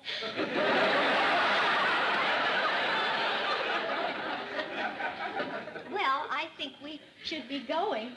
We don't want to be late for Coppelia. Right. Well, it was nice meeting you both. Yeah, same Thank here. you. Good meeting you. Say, Phyllis, thanks for that idea on the supernatural. Oh, yeah, it should make a great documentary. I know. When Channel 4 did it last week, it was wonderful.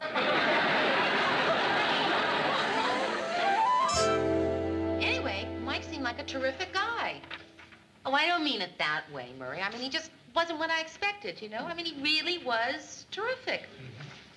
Phyllis going out with another man? Why, that's disgusting. A married woman playing around behind her husband's back?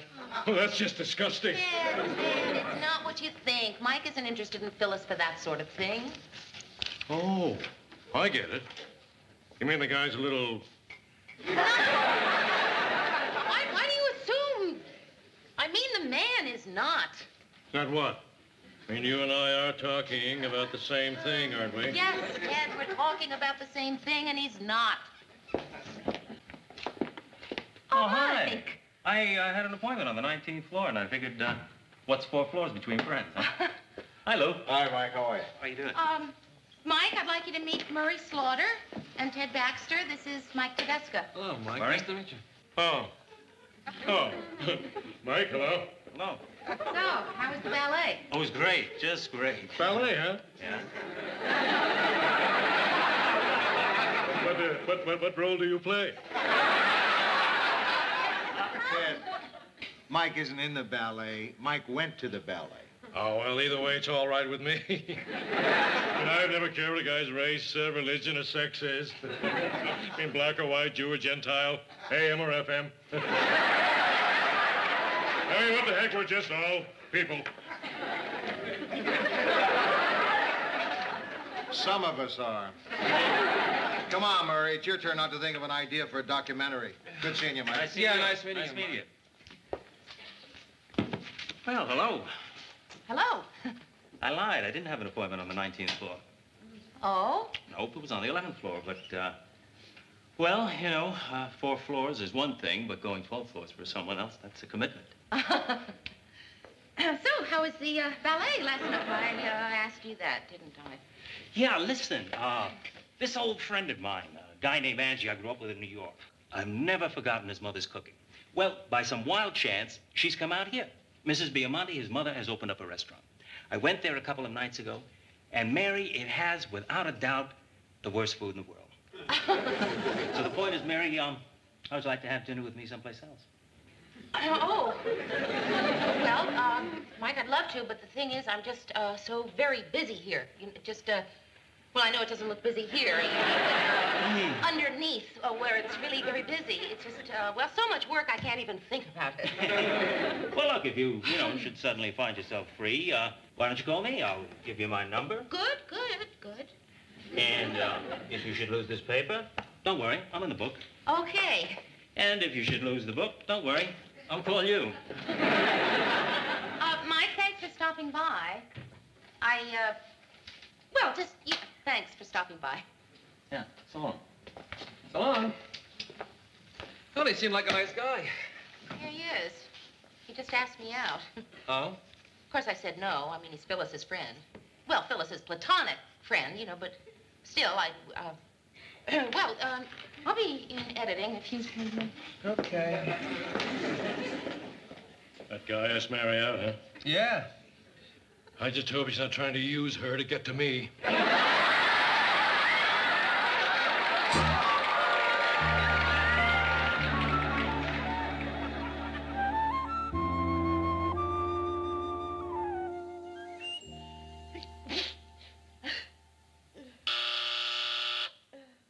Mary, come in. Hi, how you feeling? Oh, not the same. Aw. Well, I got you the magazine and the ice cream. Oh, Mary, great. Ever since I was a teeny tiny little girl, whenever I get sick, my mommy propped me up in bed, bring me a lot of magazines and ice cream. And now you brought me magazines and ice cream. Thank you, Bobby. I got vanilla. Thank you, Bobby. I love vanilla. Whenever I loved something, I'd say, I love it. But not just with vanilla. Whenever I liked something, I'd say I rubbed it. Like I rub candy. I rub licorice. I rub daddy. I rub mommy. Phyllis, you're making me nauseous. Look, is there anything else you need? Prescriptions, medicine, anything no, like Mary. That's probably Mike. Mike? Come in, Mike! Hey, hi, Mary. Hello. Phyllis. Oh, hi, Mike. I tried to call you at the office, but you were gone. I got the sniffles. Oh, that's terrible. Poor thing. I hate to have you miss the rig of the Nibelunga just because W caught a dumb germ. Hey, I got an idea. Why don't you take Mary? Oh, no. Yeah, you know, I was just about to suggest the same thing myself. No, thank you. Mary, Why not? please. I'll feel terrible if you don't go.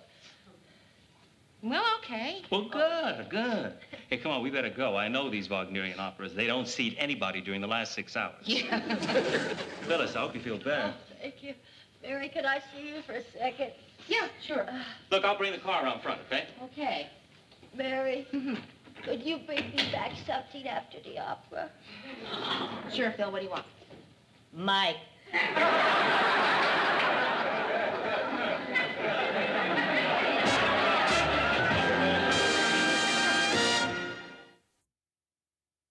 Operator, would you ring that number again? Oh, hello, Brenda? Hi, it's Mary. Is Rhoda there? Oh. Do you know when she'll be back? Uh-huh.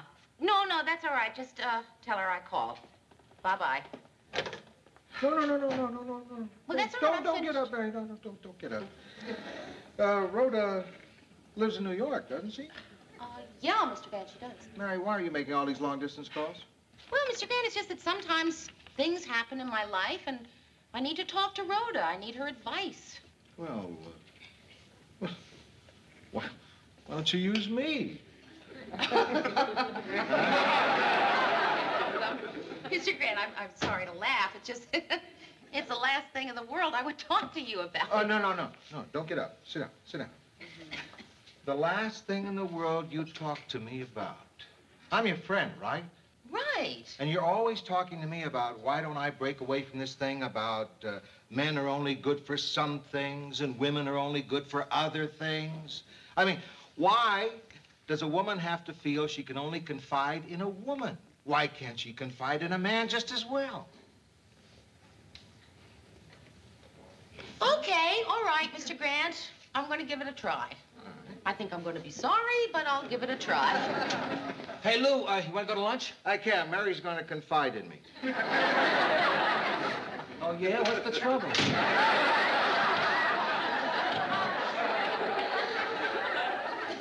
Well, it's the kind of thing I usually don't talk to men about. But I knocked the pegs out from under her, and now she's got it.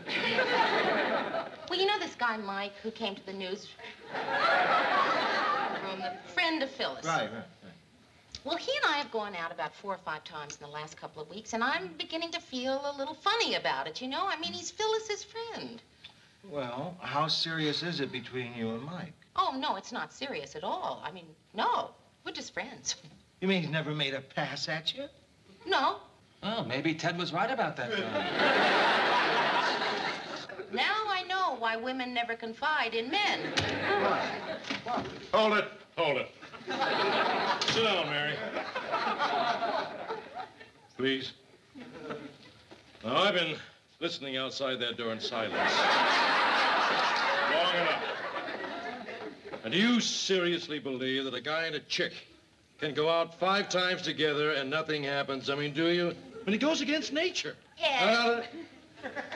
And the man upstairs decreed that there would be 2 kinds of people in this world, male and female. He did it for a reason. Now, some people are squeamish about saying what that reason is, but I'm not afraid. I'll come right out and say it. The reason is SEX.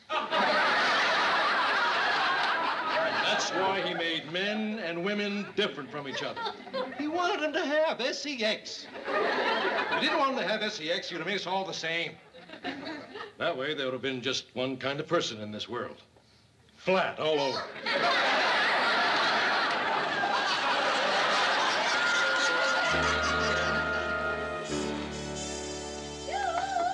Mary! Come in!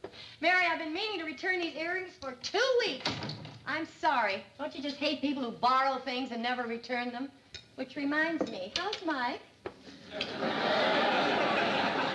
He's fine. Oh, good. Mary, you want to hear something funny? This will really amuse you. Remember when you told me yesterday that you and Mike were going to that concert? Well, when I pictured you and Mike at the concert, swaying to the seductive strains of Mahler's Kindertoten Lieder, well, I actually felt a little pang of jealousy. Isn't that hysterical? Hey, Phil, you know, if you're upset because Mike and I are seeing each other... Mary, you dear, funny, sweet, loony Mary. I'm delighted that you and Mike are hitting it off so well. Oh, Mary, I wanted to ask you, are you doing anything later? Yeah, I'm going out with Mike. Oh, okay. Some other time. Okay.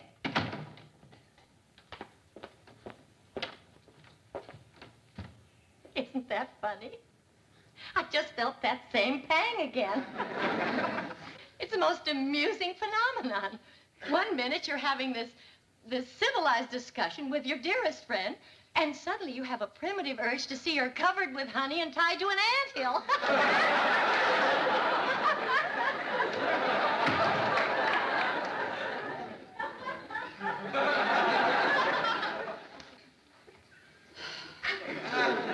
Of course, I would never ask you to stop seeing him. I would never ask you to. Never, never, never. Phyllis, if you want to talk about this, I'll be glad to talk about it with you, but not as long as you're acting this way. Acting? Acting how, my dear? Phil. Come once in your life will you say what you mean? Will you just talk plain? Okay, cutie.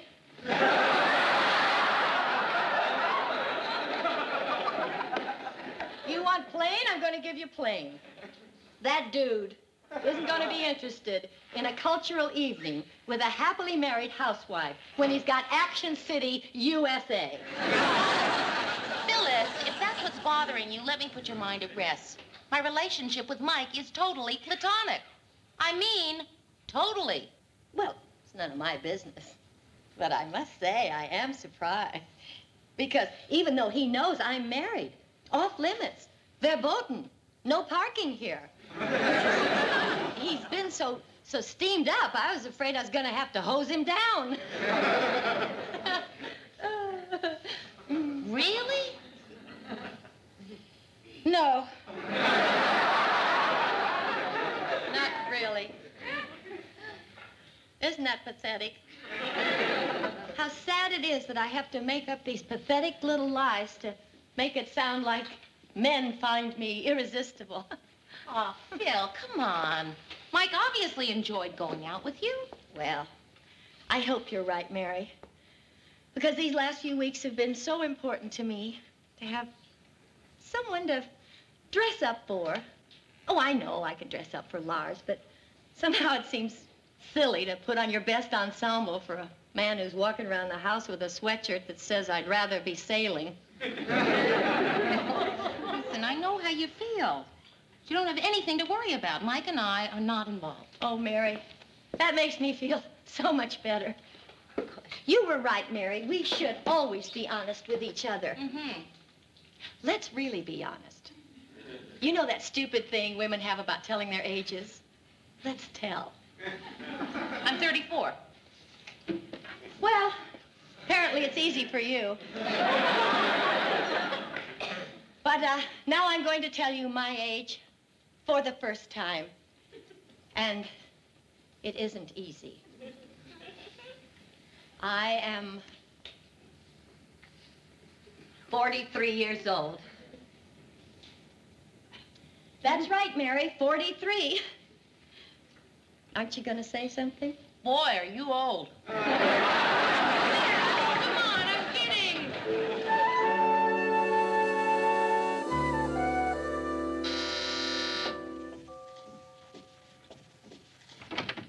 Hi. Hi. I just get my coat and we can go. Mary, would you mind very much if we didn't go to a movie tonight?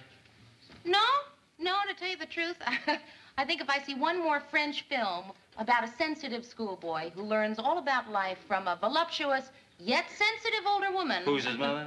Right. Would you like a drink? No, I don't think so. Well, Mary, would you mind very much if I broke our date this evening? No. But look, something's come up and I don't have much time. Can we talk? Yeah, sure. Look, we've gone out 4 or 5 times, right? Right? You've probably wondered why I haven't tried anything. Oh, no. Yes, as a matter of fact, I have. Well, look, I used to go with this girl named Sharon. As a matter of fact, well, we lived together for about 3 years. You never tried anything with her either? Look, anyway, we broke up about a month ago. That's when I started going out with Phyllis. I had hoped it would sort of take my mind over things, but, Mary, it hasn't worked. I've been pretty unhappy without Sharon. And as it turns out, Sharon's been pretty unhappy without me. And, well, so we're going to get married. Oh, Mike. Hey, that's wonderful. Thanks. Have you told Phyllis? No, I'll tell her right now. Mary! Yeah, come in. Hi. Mary, do you have any dental floss? Lars won't eat his dinner until he knows he can floss when he finishes. Yeah, I'll get some. Come in. Come on.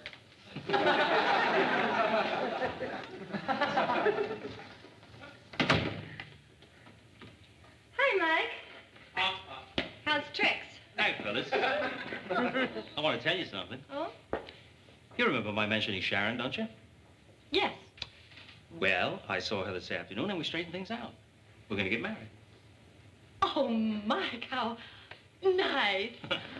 Have you told Mary? Yeah, I just told her. Oh, poor Mary. Poor, dear, brave, gallant Mary. Here's your cloth. Well, look, you know, I better be going. Mary, Sharon's waiting for me. Okay. So, Well, Mike, I just hope that you and Sharon will be as happy in your marriage as Lars is in mine. thanks. And, Mary, I'd just like to say that if it hadn't been for Sharon... Well, all I want to say is I think you're terrific. And Thanks. Phyllis? Yes, Mike? Phyllis, there are no words to describe you. Thank you. Well, look, maybe someday we'll all get together. Sure. Someday you and Sharon, Phyllis and I can go dancing. So long. Goodbye. Oh, Mary, you poor, dear, sweet, broken-hearted sparrow. Broken-hearted? Mary, don't try to hide the pain. I know how deeply you cared for Mike. Phil, come on. I told you Mike and I were just friends, that's all. Mary, don't try to be brave. Come on, you can cry on my shoulder. It's just an inexpensive Celanese Fortrell. Oh. Phyllis, in your own peculiar way, you really care about me, don't you? Care about you, Mary? Oh, I love you.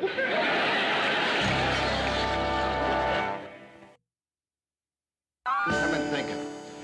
You know that platonic relationship that Lars and Phyllis and Mike were having? What do you call that, open marriage? Yeah? Well, maybe that would be a good idea for a documentary. You know, it might be. Huh? No, I don't like it, Lou. Huh? No, I don't go for the idea of married people.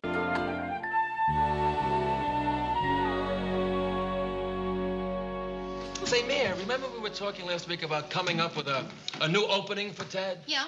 Well, I think I've got something here. What do you think about it? Good evening. This is Ted Baxter with news from around the world and around the corner. Yeah,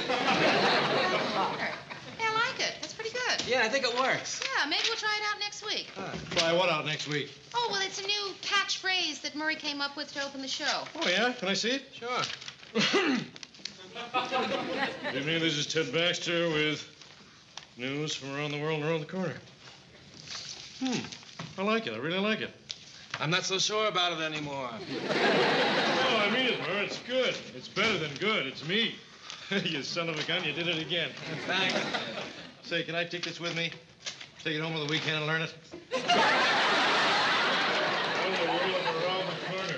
Gosh darn, this is good. Yeah, all I have to do is get Mr. Grant to sign these, and then I'm out of here. Oh, Murr. Yeah? One little thing. You think it'd be much better if I reversed it? I mean, instead of saying around the world and around the corner, I said news from around the corner and around the world? No, I don't think so, Ted. You don't think I have a little more pizzazz the other way? No, Ted, I thought it was good the way you said it the first time. Yeah, well, you're probably right. Well, see you Monday. Yeah. Gosh, that is good. Well, that does it for me. Got any plans for the weekend? Oh, yeah. Saturday, I've got to go to the dentist. I've got to put up the storm windows and unclog a drain in the kids' bathroom. And then Sunday, I'm going to do some of the unpleasant chores I've been putting off.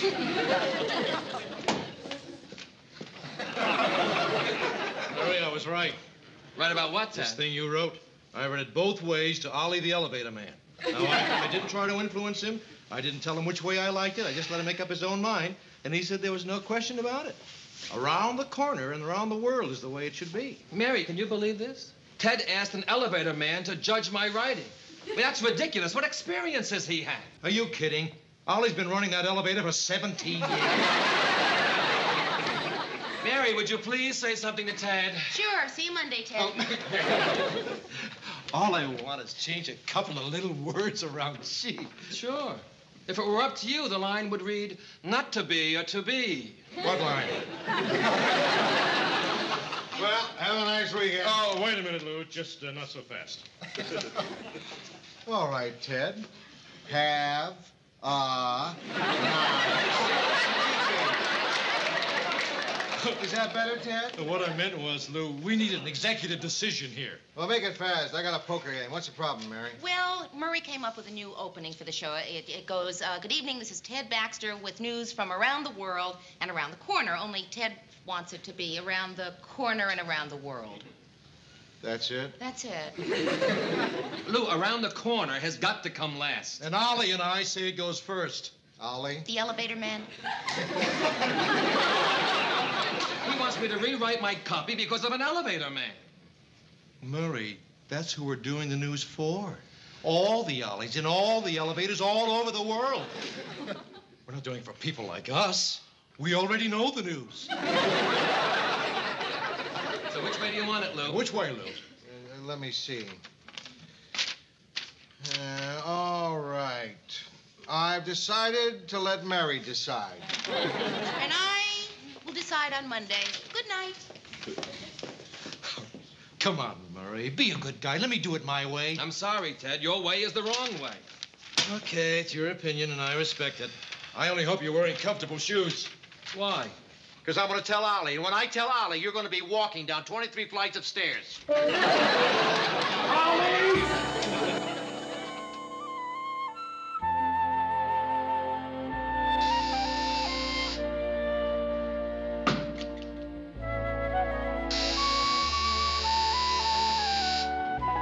Who is it? Murray! Murray. Hi. Oh, hey, I got you out of your bath. I'm sorry. No, that's okay. Listen, I was in there too long anyway. Oh. My fingers were getting all wrinkled. Yeah. It's funny how fingers do that. Other parts of the body don't do that. Yeah, well, no, I think the toes do, too. Listen, No, you're right. Mur, why don't you sit down and I'll just put something No, on. I'm only going to be a minute, Mayor. I just came from the dentist, and I thought I'd stop by and apologize. For what? Well, for that whole thing in the office, you know, and changing the words all around. Oh, Murray, come on. You don't I have don't to know why I got apologize. so upset, you know, over such a little thing around the world, around the corner. What difference does it make? Yeah. Murray, I'm standing here in this towel. Oh, yeah, towel. I'm sorry. Yeah, I'll just go put some clothes on. No, Mayor. Look, I just wanted to tell you that I'm sorry it happened. Hey, boy, that's a great towel. You know, I keep telling Marie to get those kind, but she always gets those thin, skimpy ones. I tie them around my waist. They always keep falling off. You know, Mur, I really would feel so much more comfortable dressed. Well, listen, I just wanted to tell you that I'm sorry and that, you know, whatever you decide, Mayor, around the world, or around the corner, around the mulberry bush, whatever you decide, it's all right with me. I mean, it's no big deal. Actually, Murray, I've already decided. Oh, really? Yeah, I think we're going to try it the way you wrote it. Oh, thank you, Mary. Thank you.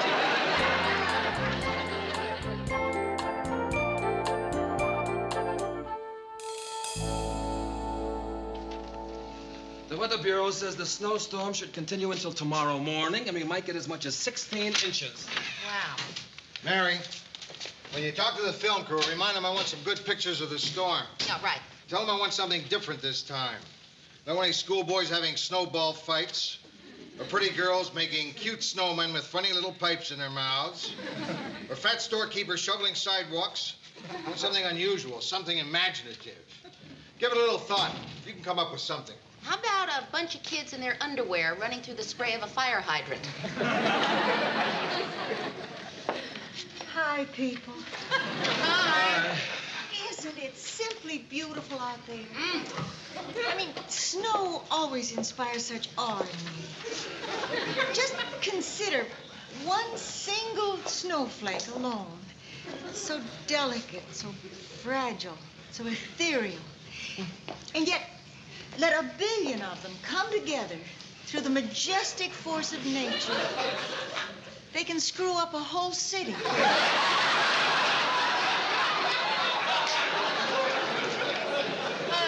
Ann, why are you wearing a Santa Claus apron? Oh, I just finished taping a special on Christmas dinner in many lands. I call it Yuletide Yummies for worldwide tummies.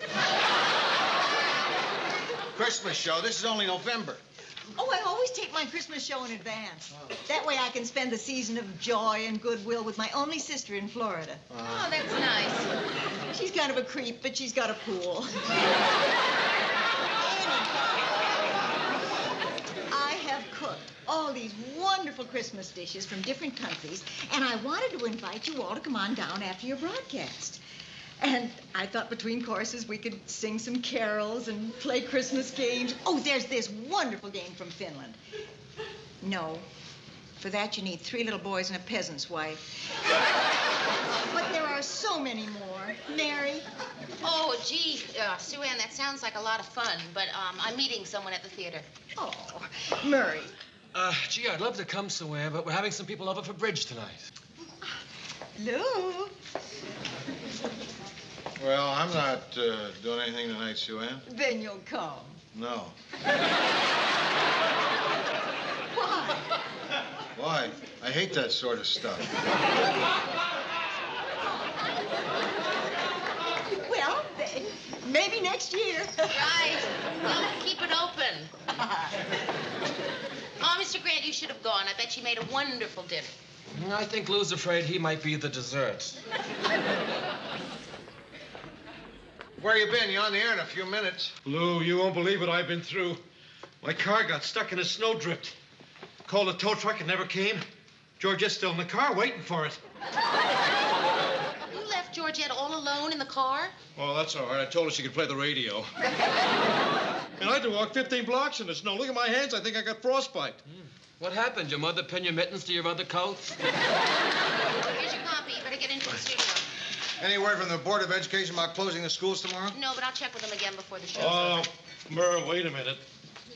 You didn't change the opening around. It still says around the world and around the corner. Well, I didn't have to change it, Ted. Mary decided to do it that way. Yeah, I thought it over, and I decided that we would do it the way Murray wrote it. Well, Murray may have written it, and you may have thought it over, but I'm the one that has to say it. And I can't say it. Oh, Ted, of course No, you can. I can't. Wouldn't sound right. It's not me. If there's one thing I've learned, I've got to be me. You're right. It's a dirty job, but somebody's got to do it. All right, look, we don't have time to argue about this. I'll just cross it out, and we'll talk about it tomorrow. Well, I opened the show. Just open it the same way you've been doing it for 8 years. Good evening. This is Ted Baxter with tonight's news. Let me write that down. Mary, can I see you for a moment? Yeah. Mary, is that the way you make a decision? Oh, Murray. Now, you're either the associate producer of this show or you're not. And if you are, I think you should start acting like one. All right. Ted, Mr. Grant has given me the authority to decide which is the right way to do this opening. And I have decided which is the right way. And that is the way you are going to do it. You are going to say this is Ted Baxter with news from around the corner world. What is it? Around the world. That's the way he wrote it, that's the way I want it, and that's the way you're going to say it. That's the way you're going to say it, please. Please. Okay. Is that the way you exercise authority? Please? What happened to pretty please? Oh, come on, Murray, what do you want? Excuse me. I'm sorry to interrupt, but could anyone tell me why our show is on the air and Ted isn't? Mary was... Oh! I can't believe it. We're opening the show with a picture of an empty studio. You know, I don't think I've ever enjoyed our show so much. Good evening. This is Ted Baxter with tonight's news from around the corner and around the world. I'll be right back right after this commercial message. I knew he'd do it his way. I knew it, I knew it, I knew it. Will someone please tell me what's going on here? I'll tell you what's going on here. I'm quitting. Oh, come on, Murray, you're not going to quit over 2 dumb little words. And besides, I'm sure it was an accident. You saw how many times I had to cross it out. He just got confused. I'm sure he didn't mean it. Oh, say, Murray.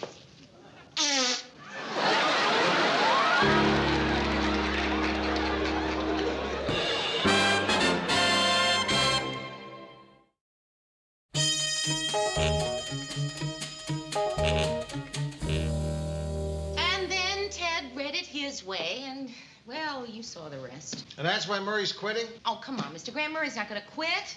He wouldn't quit over a silly thing like that. I know Murray. Murr! Excuse me, may I use that phone? What do you mean? It's your phone. It used to be my phone. It's not anymore. Yeah. Use the phone. Hey, Murr. Hey, you're not serious. Hello, Marie. Look, I can't get my car out of the parking lot. Yeah, and the police say it'll take till midnight to clear the streets. So don't wait up. Okay, honey, good night. They're keeping the cars off the road. We get that story on the air? How do I know? Ask somebody who works here. Well, I guess I better stay here for a while. All right if I have some coffee? Yes, Murray, you can have some coffee. Thank you. Murray. Murray.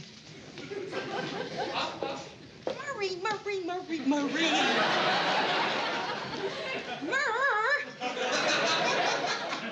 Somehow, I don't think you're swaying him with your logic. All right if I sit here? Oh, come on, Murray, will you stop? It's your chair. It used to be my chair. It's not not anymore. Oh, this is just terrific.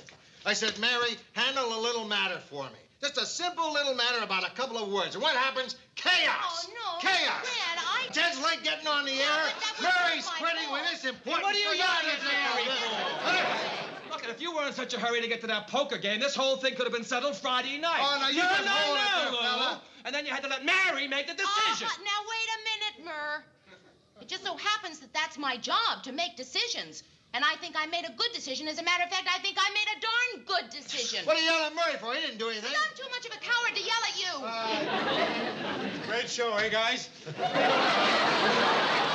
know, every time I think I can't top myself, I do it again. Ted, how could you do that? You promised me you would read it Murray's way. Oh, yeah, I know. Well, when I got out there, I just couldn't do something I knew in my heart was wrong. But that's not the point. I made a decision. I know, and I respect you for it, Mary.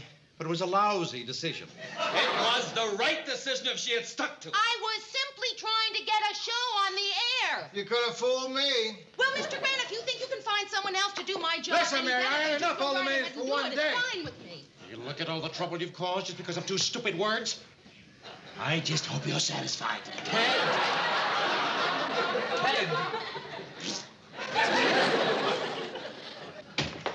Hi, have you heard? We're snowed in.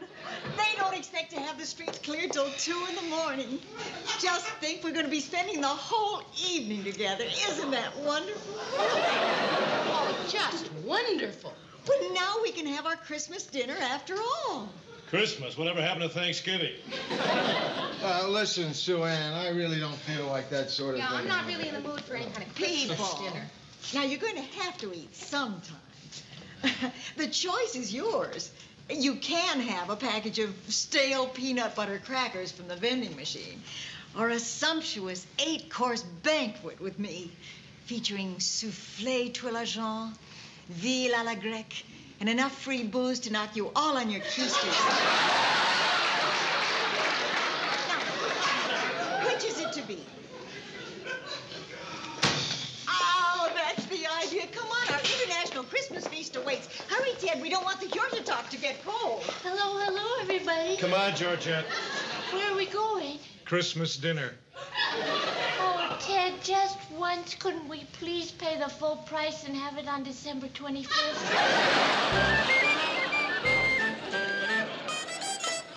Get the lights, will you, Dave? Welcome, everybody, to the wonderful world of Christmas. Oh, Sue Ann, it's all so beautiful. It's almost as beautiful as a Kodak commercial. Lou, you know what that is? Mistletoe.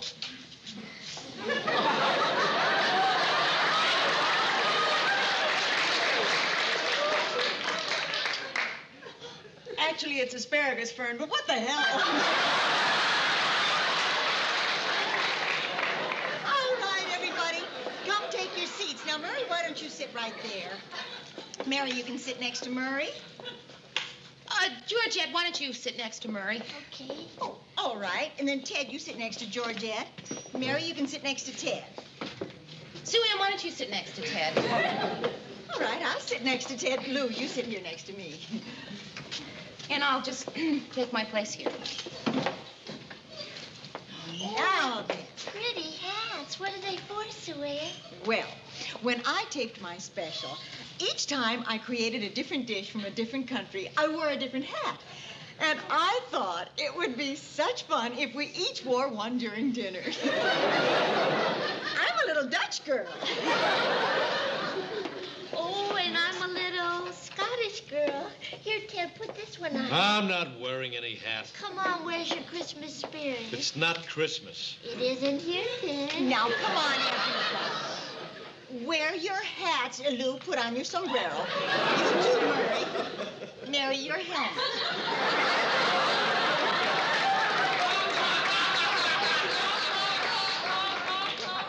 Sue-Ann, I'd really rather not. Oh, come on.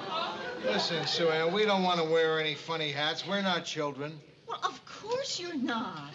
But if you don't put on your hats, you can't have any dinner.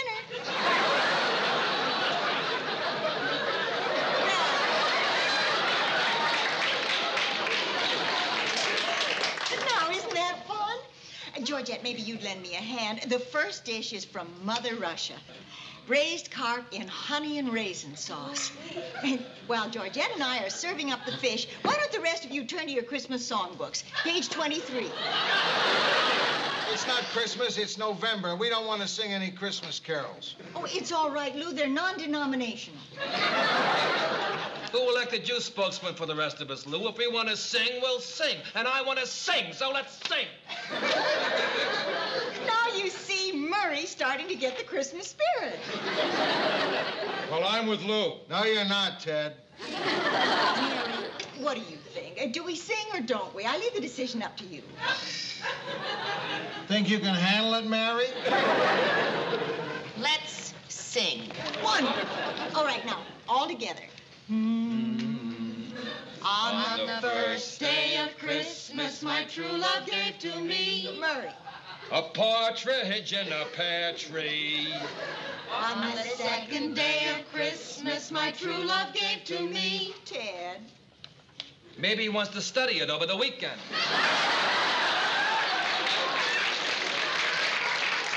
Two turtle doves. And a partridge in a pear tree. On the third day of Christmas, my true love gave to me. Lou. 3 French hens. I can't hear you, Lou. 3 French hens. 2 turtle doves. And a partridge in a pear tree. On the fourth day of Christmas, my true love gave to me. Mary. Sue-Ann, I really don't Change want your mind again, Mary? 4 calling birds. 3 French hens. 2 turtle doves. And a partridge in a pear tree.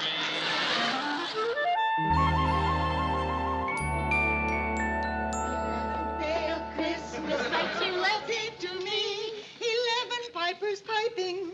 10 lords a-leaping. 9 ladies dancing. 8 maids a-milking. 7 swans a-swimming. 6 geese a-laying. 5 golden rings. 4 calling birds. Listen, Sue Ann, I have something to say. I know. 3 French hens. Besides 3 French hens. 2 turtle doves. Will you hold it? Listen, Sue Ann, I've had it. I don't want to sing anymore. Anybody else wants to sing, that's okay. But I don't want to sing anymore. I don't want to wear any funny hats.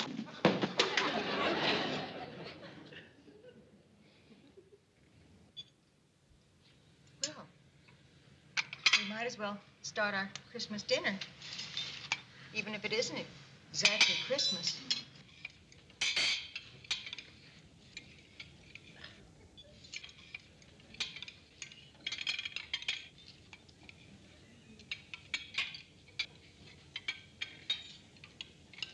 Silent night,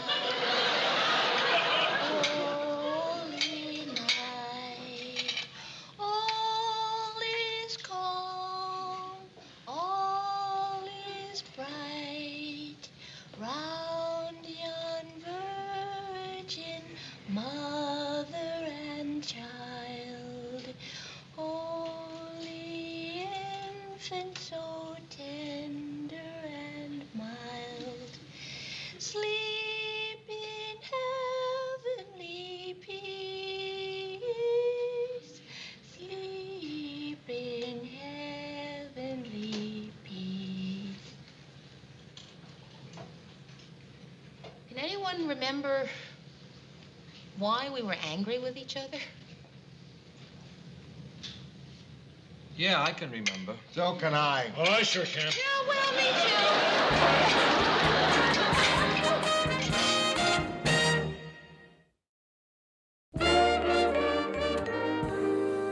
Oh, Sue Ann, that was the best Christmas dinner I ever had. Oh, thank you. I hope everybody saved enough room for plum pudding. Sue Ann, everything was delicious. I'm just sorry I was in such a bad mood. And I'd like to apologize. That goes for me, too. I was mean, rude, and rotten all night. Oh, Lou, don't apologize. You were just being yourself. Mary, I'd like to apologize to you, too. I have the feeling everybody would like to apologize to everybody. Yeah, you're right, Mary. How could we have been so lousy to each other? And on Christmas of all days. Death falls with... Hi, guys. Hello. What do you got there, Murray? What does it look like? I'm changing my ribbon.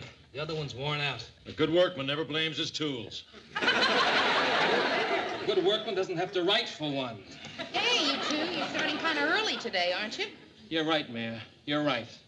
Ted, I apologize.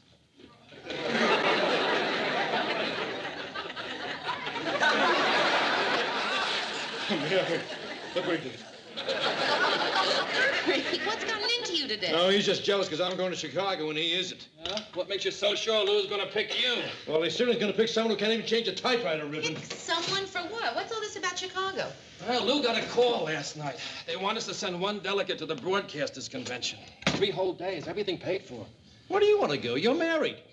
What's that got to do with it? Come on, Mary. Guys at a convention in a hotel in a strange town. That suggests a certain atmosphere? Yeah, it sure does. A bunch of middle-aged drunks in funny hats asking some cab driver where the action is. Cab driver, huh? Well, I take it you're not interested in being our delegate. Me? No, no way. Oh, wait, Murray, you don't suppose with my bad luck that You'd be I'm wasted on you.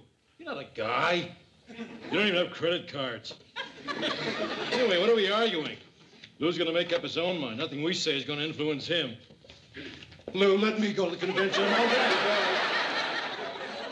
go. Yeah, his mother was up all night sewing name tapes into his shorts.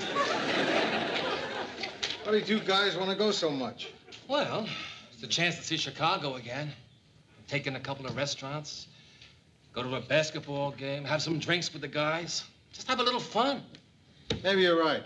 I'll go. Let me go, Lou. What do you got against me? What'd I ever do to you, huh?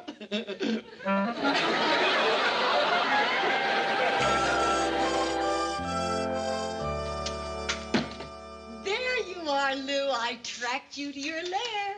My lair? Oh, sure.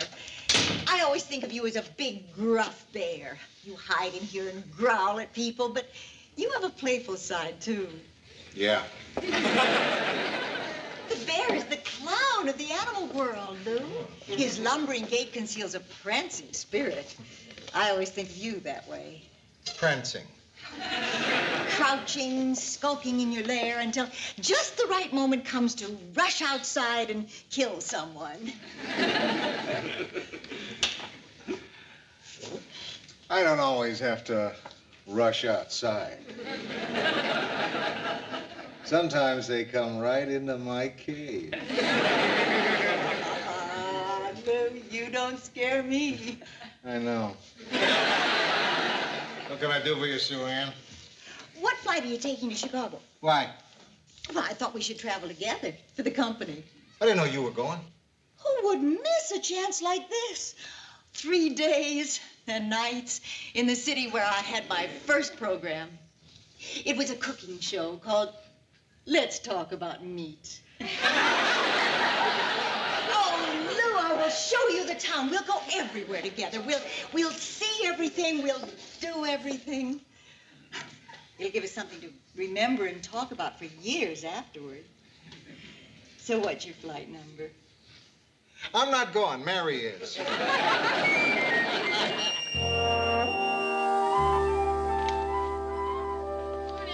Oh, morning, Mayor. Oh, Murray, I wish you were going to Chicago instead of me. Well, to tell you the truth, Marie wasn't too crazy about the idea to begin with. Now, don't get me wrong, Mayor. She's very understanding. And if I told her I was going, she would accept it in silence, which would last until February. Besides, Lou chose you. Lucky. Hi, guys. Hi, Ted. Brought your suitcases to the newsroom, huh? Really? Rubbing it in, eh, Mary? No, Ted. Sure. The old Statue of Liberty play. Ted. Let Murray and me knock each other off while you pick up all the marbles. Ted, Well, I come could on, say enjoy yourself, Mary. I could say have a good time, but that would be phony.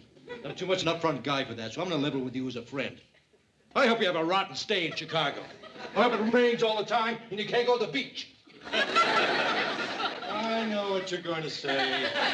There's no beach in Chicago. Well, I just remembered that.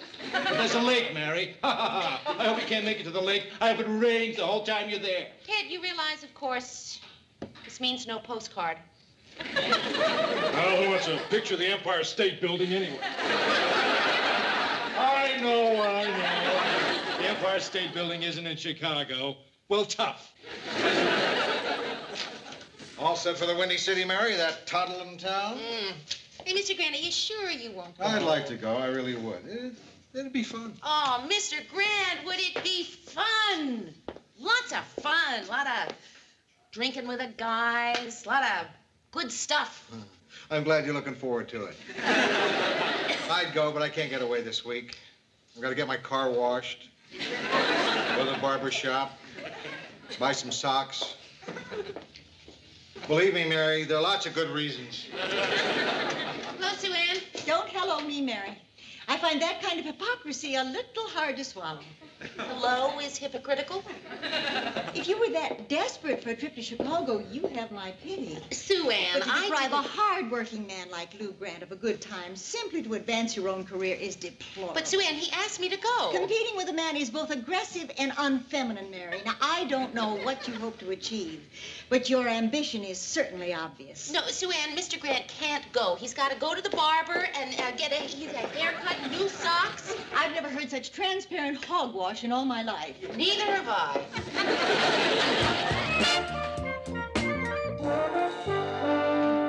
Okay, here's your closet, bathroom, light switch, coffee maker, TV, air conditioner. You won't be needing it. We're supposed to have 3 straight days of cold wind and rain. Baxter's curse strikes again.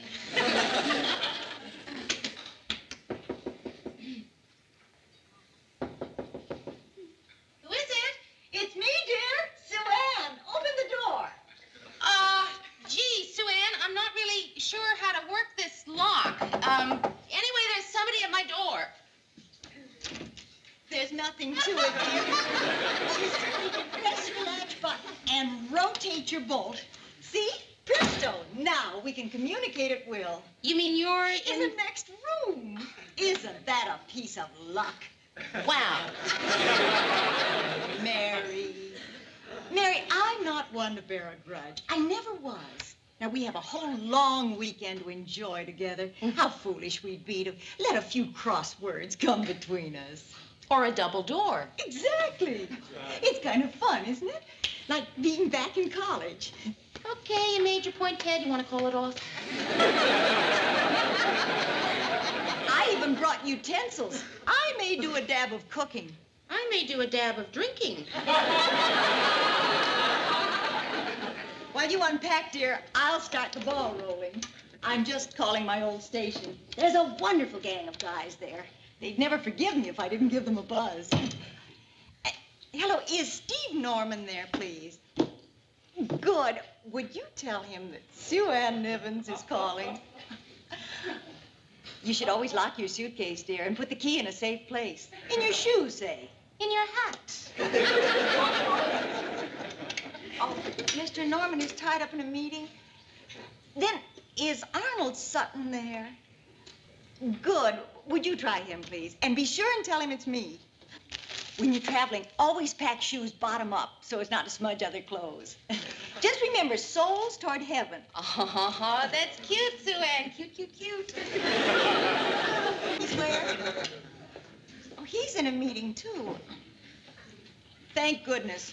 He's a dreadful bore. We were lucky. We? Why do you say we? Is Marvin Kruger there? Sue Ann, please, don't include me in your plans, okay? Mary, don't be silly. This is Chicago. I know everybody. Yeah, but I don't want to see everybody, really, Sue Ann. I've got my own plans. You know, tomorrow I've got a day full of meetings and theater tickets. I want to do some sightseeing. And tonight I'd really like to just go to bed early. Suit yourself, dear. Oh, Marvin's in a meeting, too? Well, thank you. Anything wrinkled should be hung in the bathroom and steamed. Put tissue paper in your shoes and don't hang sweaters. It gives you pointy shoulders. What kind of meeting Marvin the janitor would go to? Hello? Yes, just a minute. Thank you.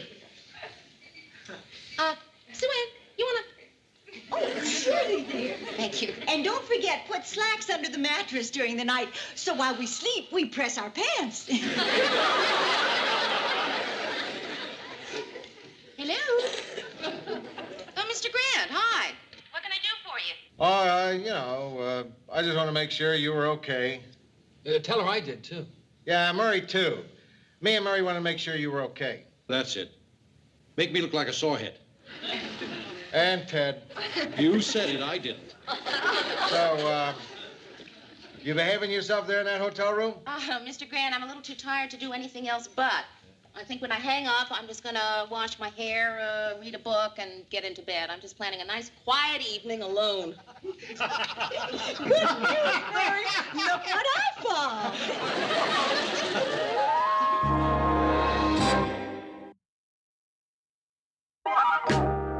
Mary, I want you to meet Hal and Freddie.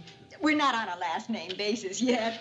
They're here for a convention, too. Pleased to meet you, Mary. Not half as pleased as I am. If we're intruding, please tell us. Not that we'll stop, but please tell us.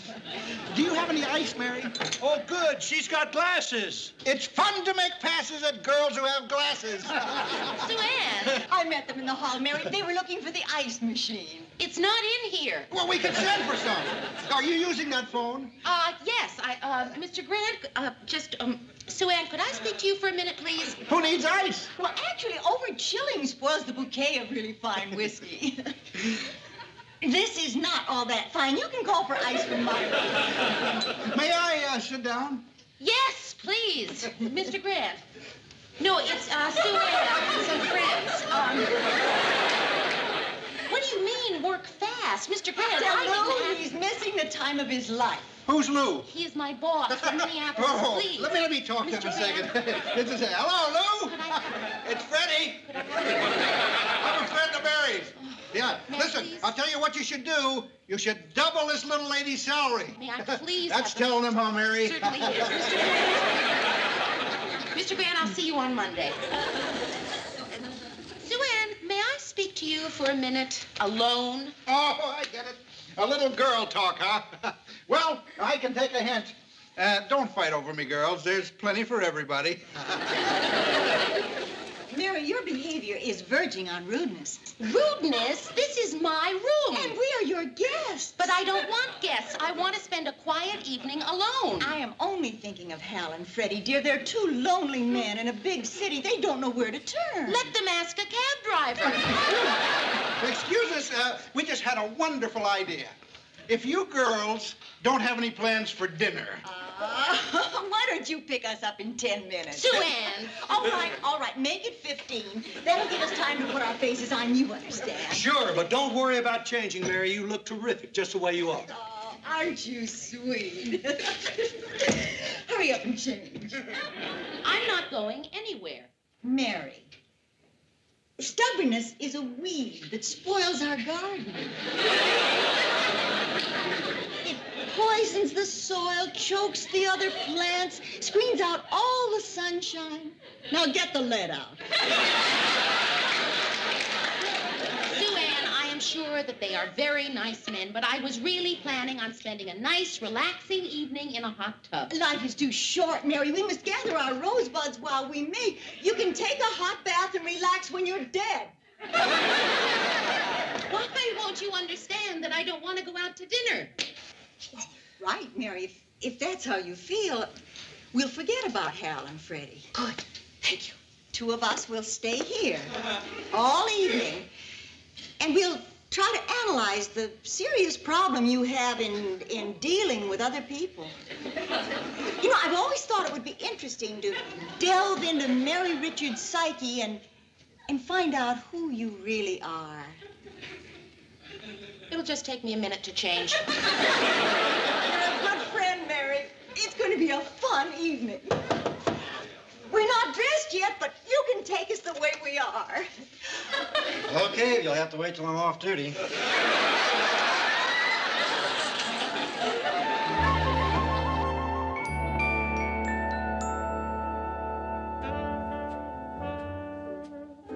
Well, how about some wine? Oh, now, wine is a man's department. Why don't you order it? All right, all right. Do you like red or white? I would suggest, however, a robust burgundy with enough body so it's not overwhelmed by the steak au poivre.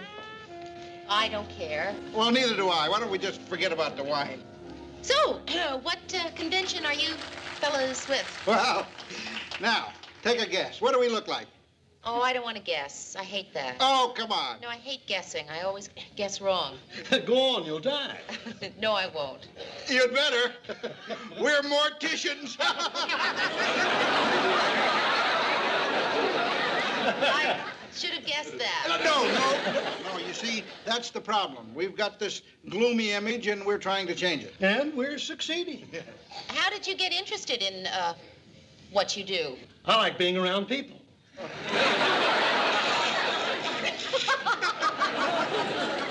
You don't get rich, but you drive a big car. Who gets the Planters punch? Planters punch. Planters punch. Plants, yes. Oh, dear. You see, Mary, our profession teaches us not to fear death. Really? Why should we fear it? We get a 70% discount. Now listen, enough about us, Mary. Let's talk about you. Would you care to dance? Oh, no, thank you. What do you do for a living? How about Sue Ann? All right. What does she do for a living? I have a little TV show. It's really interesting, too. She's the happy homemaker. She gives tips. Is that right? Yes. For instance, did you know that fresh flowers will last a week if their stems are dipped in salt? Isn't that interesting? We don't need them a week. Are you sure you don't want to dance, Mary? Look at that button. You're going to lose that. Well, it's like we always say, nothing lasts forever. You know, since so few people carry a needle, if you'll just wrap cellophane around those remaining threads, you can save them. I don't carry cellophane. I do. You do? Isn't that nice? I'll bet you move like a cat on the dance floor. Say, let's take her up to Norman's party later. Oh, good idea. Oh, no, I don't think so, really. We're both very tired, you know, after that long flight. It was an hour on the plane. It'll be a real hoot, Mary. I'll bet you've never been to a mortician's party. Right. Well, why not give in? Sooner or later, we're gonna get you.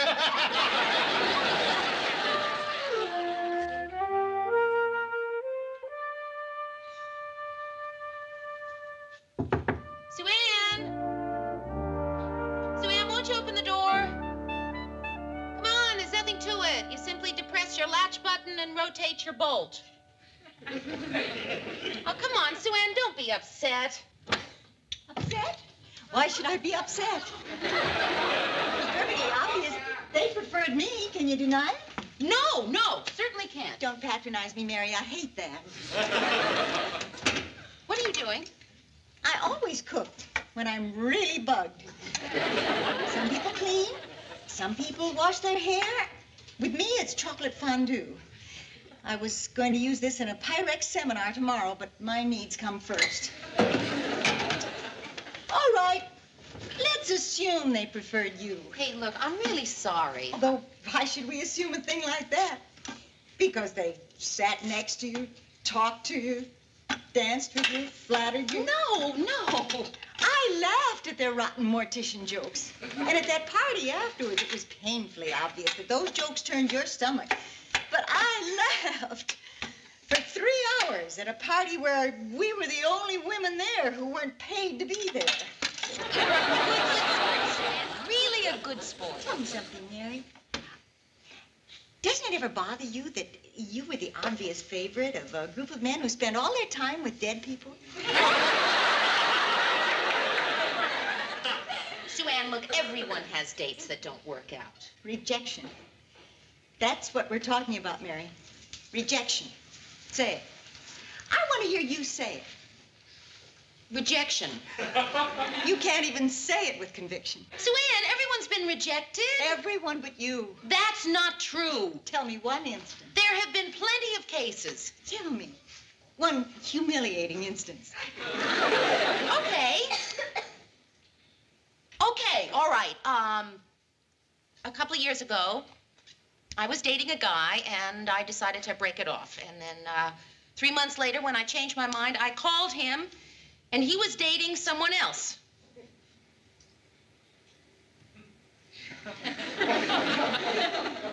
You call that rejection? Okay, all right, maybe that wasn't the perfect I'll example. tell you rejection, Mary. Rejection is dressing for dates who don't show, waiting for people who don't call, giving a party for someone who's left the country. Oh, come on, Sue Ann, what's the point? Rejection is cooking dinner for a man's entire family. 11 people, Mary. 11 Hungarian people. Cooking dinner for 6 hours and having none of them show up. You don't forget a thing like that. No, I'm sure you don't. Your butcher doesn't forget it either. Ever try to return 8 pounds of filet stripped for stroganoff? No. That's rejection. Those are all actual true-life examples of rejection. Oh, Sue Ann. And every one of them happened to my sister. Okay, I hated tonight. I really hated it. I hate seeing a friend hurt. And the thing that makes it worse with you, Sue Ann, is you pretend it doesn't matter. You never let people see how you really feel. I'm not a schoolgirl, Mary. Life is too short to give in to things. Oh, will you... Oh, for Pete's sake. Well, how do they expect you to make a chocolate fondue on a dumb... I can't even... Oh, Sue Ann. Oh. Hey. You know what I hate worst about crying? What? Your dimples don't show. Yeah, they do. Oh, good.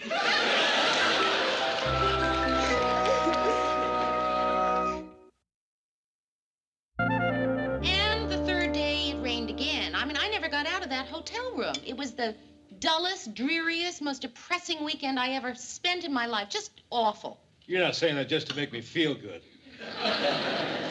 Don't look to me for any sympathy, Mayor. The high point of my weekend was killing 2 flies with 1 swat. Morning. Hi, Hello. Mr. Grant. I was just telling Tad Furry about my weekend in Chicago. Uh-huh. Sounded like you girls were having quite a time. Oh, yeah. Well, I wanted to explain to you about that phone call. Oh, don't feel you have anything to explain to me, Mary. No, Mr. Grant. Really, I would like to. Why?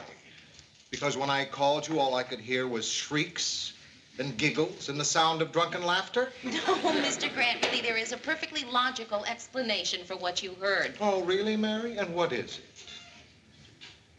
We were having an orgy.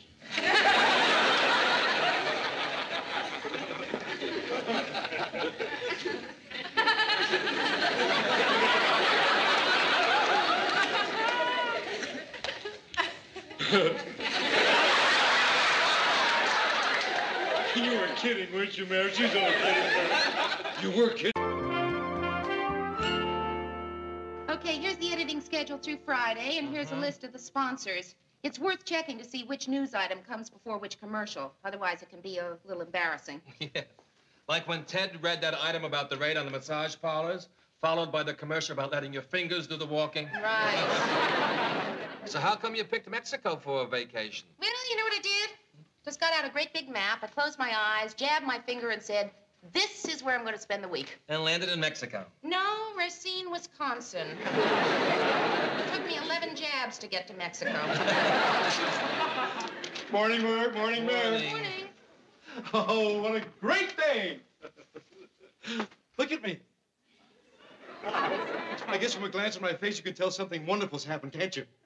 No, there are no pennies on your eyelids. Something wonderful's happened. Wake the town, tell the people, shout it from the highest rooftops. Dad, what is it? Come to think of it, it's kind of personal. I better just tell Lou.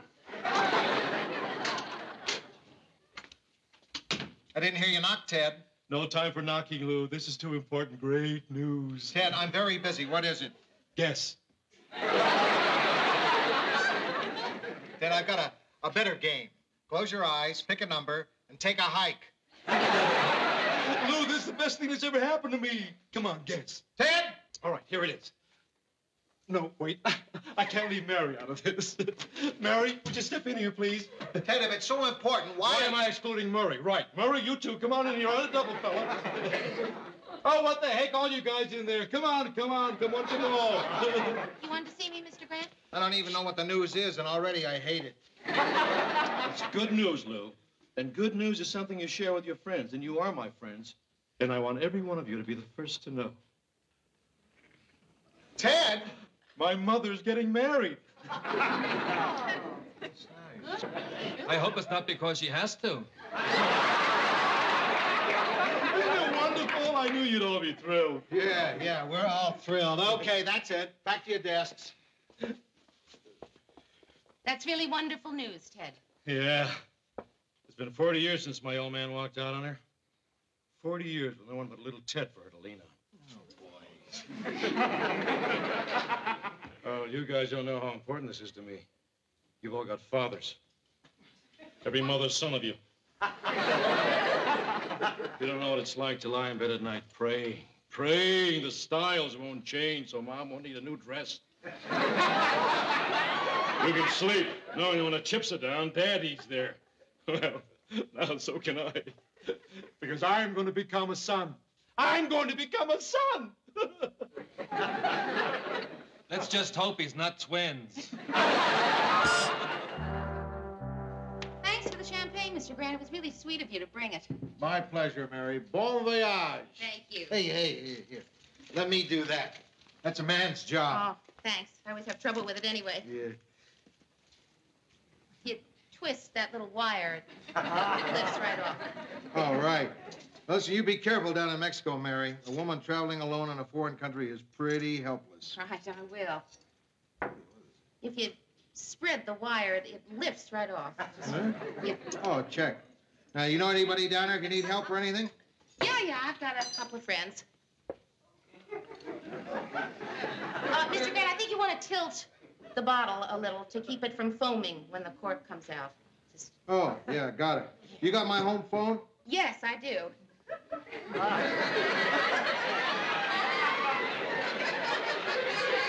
You know, instead of easing it with your thumbs, you can grasp the cork and then twist it out. I mean, I've seen people do that. Oh, yeah. Nothing to it. I guess it just looks hard. Not if you know what you're doing. Yeah, I'll get it. Now, don't hesitate to call me if you need help. You hear me? Right. Ted. Oh, hi, Lou. Hi, Mary. Hi. Champagne, huh? Yeah. Actually, it's a little premature. My mom's not getting married. Ted, Mary's starting on her vacation. This is her bon voyage. Oh, she's going by boat, huh? What are you doing here? Well, it's Friday night, Lou. George just got a class. Usually have dinner at Mom's, but she's pretty busy these days, so I thought I'd stop by and see how Mary's doing. Well, gee, Ted, I'd ask you to have dinner with us, but I only made enough for 2. Oh, hey, that's all right. Enjoy yourselves. Sure I can find a greasy diner open somewhere that's called Odyssey. Well, look, at least stay and have a glass of champagne with us, huh? If you insist. Okay. Sit down. Well, here's to my new dad. Here's to... See, I don't know what to call him. Lou, what do your kids call you? When they were little, it was Daddy. In college, it was Father. Now it's Daddy again. I like Daddy. Father costs money. Daddy. Daddy. Nah, that's for girls. You got girls, Lou. I don't think a man would say Daddy. Pop. Pop, I'd say Pop. Hi, Pop. Morning, Pop. Pop, meet Mary. What's his name? I don't know. My mom just calls him her gentleman friend. When I was little, she used to always say they were my uncles.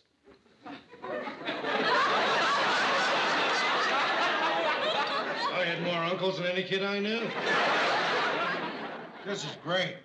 Oh, thank you. It's a new recipe of Sue Ann's. Well, that's good. It is. That's another thing, Mary. When you're down in Mexico, be careful of the food down there. And don't drink the water. You know why? I'll give you a hint, Mary. You get it? You get it? You know something? None of those uncles ever played with me. None of them ever took me to a baseball game. They don't have Uncle and Son's Day. Hey, Ted, look, don't go have dinner by yourself. Have dinner with us. We'll give you some of ours. You don't mind, Mr. Grant, do you? No, I guess not. Gee, thanks, guys. You know, it wasn't easy for my mom. She had to be both mother and father to me. You know, that little lady actually put on boxing gloves to teach me to fight because she thought a boy should learn. Sounds like a wonderful woman. And a wonderful teacher. By the time I was 13, I could knock her silly.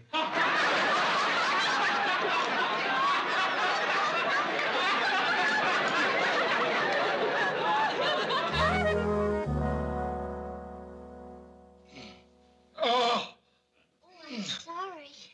You're so tense, everything is clenched. Are you using your thumbs? Mom always used her thumbs. I'm doing the best I can. Your mother has bigger thumbs than I do. She has the biggest thumbs I ever saw. Giant thumbs. Yeah, like tennis paddles. Where are they when I need them, though? Every time I call her, she's too busy. Thanks, that's enough, Georgia. Oh. Oh. Is your back better? Yeah, but now my neck hurts. Can I tell you something? Not now, Georgette. I think I'm getting a headache, too. Ted, listen to me. It's hard for me to make people listen because I don't have a very forceful way of talking. But sometimes what you say is more important than how you say it. That's not true. Say that's not true. This is what I want to tell you. I don't think there's anything wrong with your back or your neck. Then why do they hurt? I think they hurt because deep down inside you think you're losing your mom. All these years she's taken care of you, and now... She's taken care of me? I've been sending her money every month for 20 years. There's no telling how much. Somewhere between 60 and 61,000 bucks. And she's given you comfort and advice and love. And now your brain is telling your back and your neck your mommy's leaving you, and they're not taking it too well. It's what doctors call psychosomatic. Psychosomatic? Yes, Ted. What you have to realize is you're not losing a mother. You're gaining a father. Yeah, that's right. I'm not losing a mother. I'm gaining a pop. When we get married, they come visit me. I can visit them. They take me to dinner. I can visit them. We'll be just like one big happy family. Of course you will. Hey, you know something? My back doesn't hurt anymore, and my neck doesn't either, and my headache's gone. Yeah, as soon as I realized there was nothing to worry about, the pain went away. That's wonderful, Ted. Yeah, and you thought it was psychosomatic.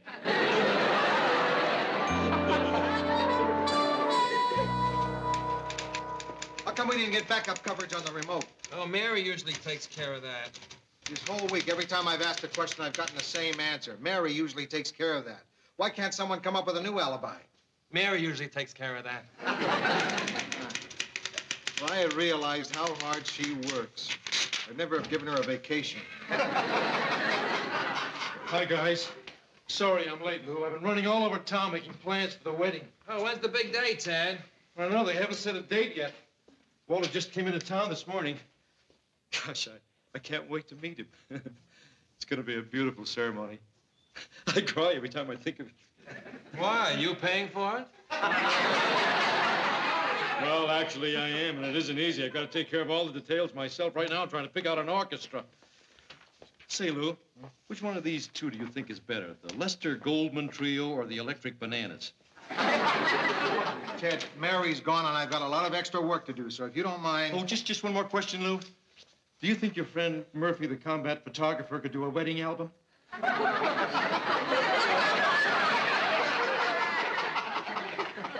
Sure.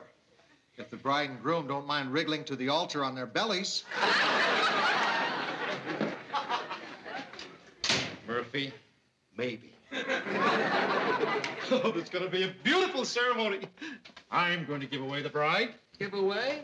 I figured you'd find a way to sell her. Mom wants it to be one of those modern ceremonies where the bride and groom each read something they've chosen themselves. Walter's going to read a poem by Tennyson, and Mom's going to read a short passage from The Joy of Sex. Oh, I almost forgot. I've got to ask Mom about the minister she wants.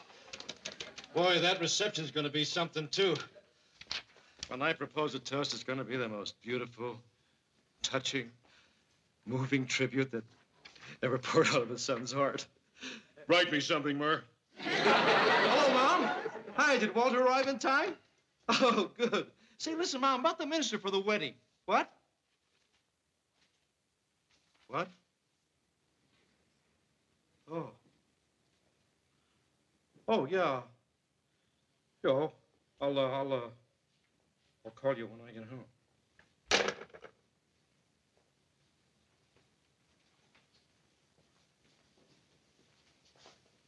What's the matter, Ted? Nothing. Come on, Ted, what's the matter? Mom and Walter aren't getting married after all. Oh, they've decided to break up. No, they decided to shack up.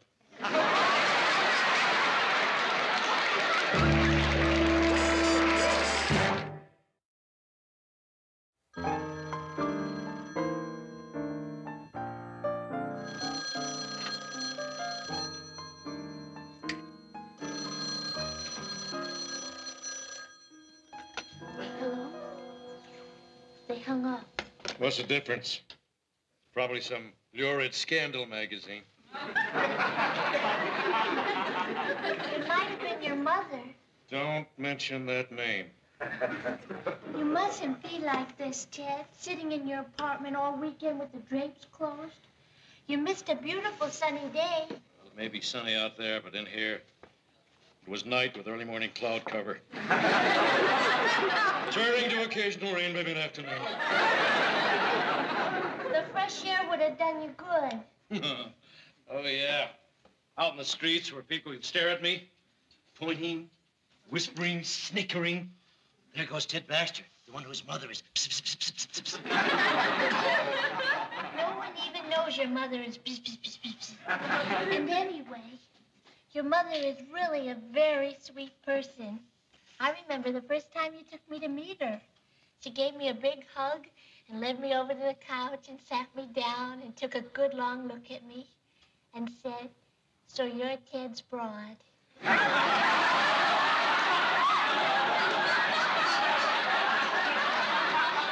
She liked you right from the start. And I like her, Ted.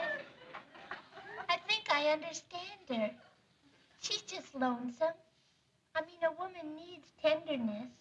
A woman needs affection. A woman, yes, but not a mother. Why is it so important to you that your mother get married? Because it's the only decent thing to do when two people are, you know. It is? Of course it is. You believe that? Of course I do. Marriage is the only way. For people of their generation.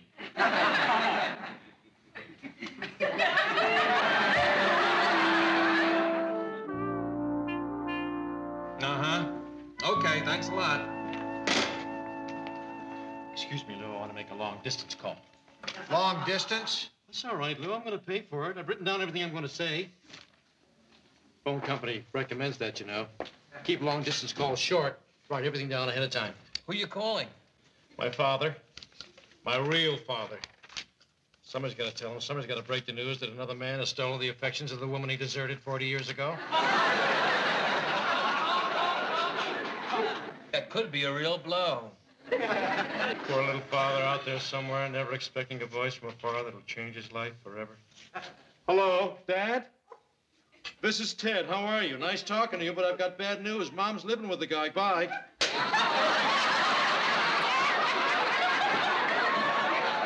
There's no good way to break bad news.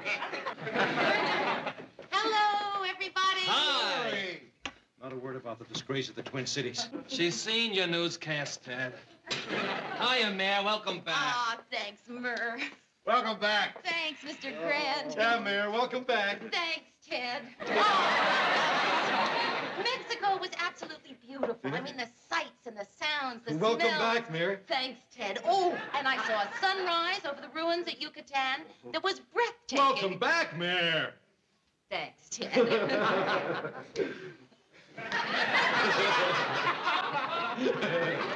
know how good it is to see you, Mayor. We all missed you around here. I mean, the place just has been the same without good old Mary to talk to. Oh, Ted, that's really nice of you to say. So, how's your mother? None of your business.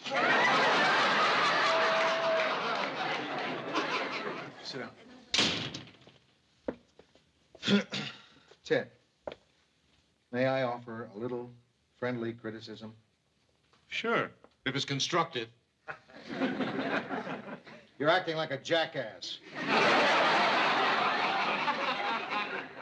Food for thought.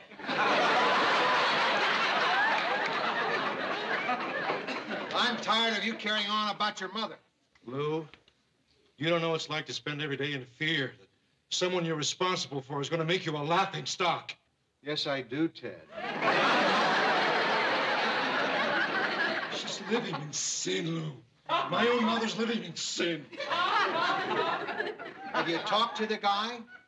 Talk to him? Oh, that's how I'd handle it. Meet him for a drink. Find out his intentions. I know his intentions. What I mean is, talk to him. Tell him where you stand and find out where he stands. Talk to him man to man. You know something, Lou? You may be right. That's what I'll do tonight. Talk to him. Man to man to man. Haven't you got an extra man in there? No, because you're coming with me, Lou.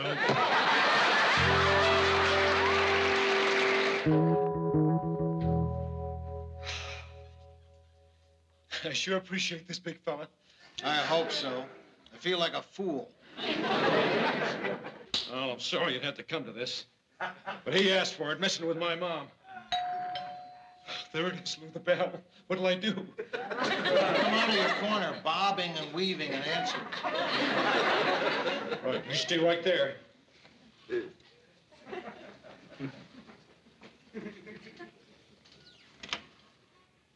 Mr. Baxter, I'm Walter Tewksbury. This is an honor. May I call you Teddy? Certainly not. I didn't know you had company. I'm Walter Tewksbury. Lou Grant, Mr. Tewksbury. I was just leaving. Well, I hope I'm not breaking up the party. Oh, no, not at all. I just dropped by to pass the time of day with Teddy. I'll just be slipping along now. Think you can handle it, killer? Don't go, Lou. I have to, Ted. In about 15 seconds, I'm going to start to giggle.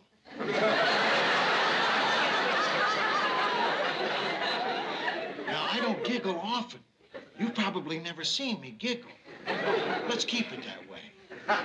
Nice meeting you, Mr. Tewksbury. Oh, goodbye.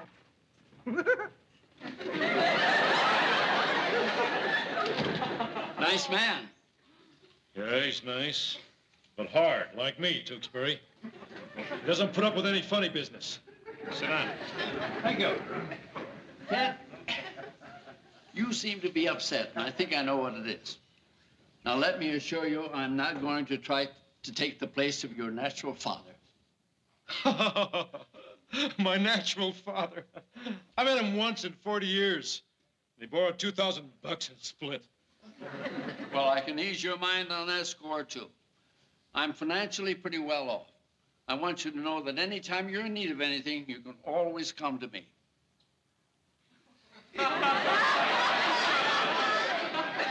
I can? Sure. You mean if I needed, say, $100, I could just come to you and you'd give it to me? Sure. Yeah. I want you to know, Walter, that I appreciate that very much. Of course, I wouldn't ask you for any money, but certainly nice of you to offer. Listen, Walter, why aren't you and Mom getting married? Well, we just don't want to rush into anything. After all, marriage is for a lifetime. But I'm sure that we will eventually. You will? Well, that's terrific. That's what I wanted to know. That's quite a load off my mind. And you'd really give me $100 if I asked you for it? That's right. Would you like a drink, Walter? Yes? I'll take a little scotch if you got it. You know, my father taught me to drink scotch long years ago. And you know something? It's still my poison. Well, no one ever taught me to drink. I had to pick it up on the streets. He was a grand old guy, my father.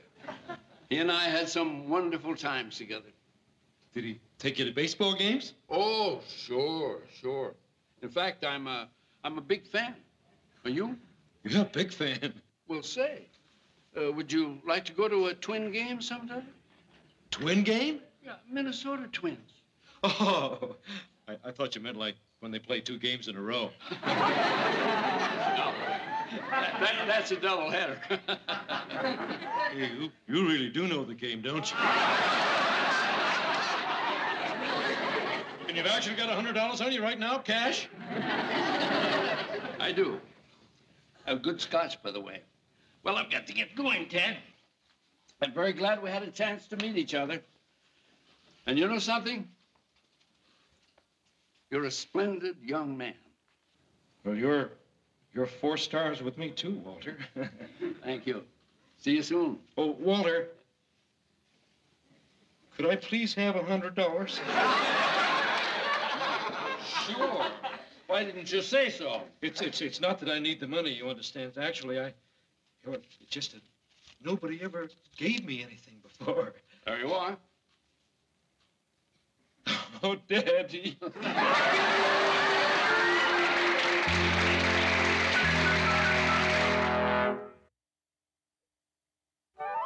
Gee, Walter's such a terrific guy. I can't wait for Father's Day. I'll have 2 fathers to send cards to. Of course, Walter's not really my father. Say, do you think they've got a Father's Day card for your mother's lover? Well, if they don't, they're missing out on a sizable market. Hey, just occurred to me the fact that my mother's living in sin. Does that make me, No, Ted, that doesn't make you one. আপনি এখান থেকে চলে যান। লালি, তুমি না আমারে বলছিলে আমারে না পাইলে তুমি ব্রেক দিয়ে আমার নাম লেখা হাত কাটবা। আজকে তোমারে না পাইলে আমি হাত কাটবো।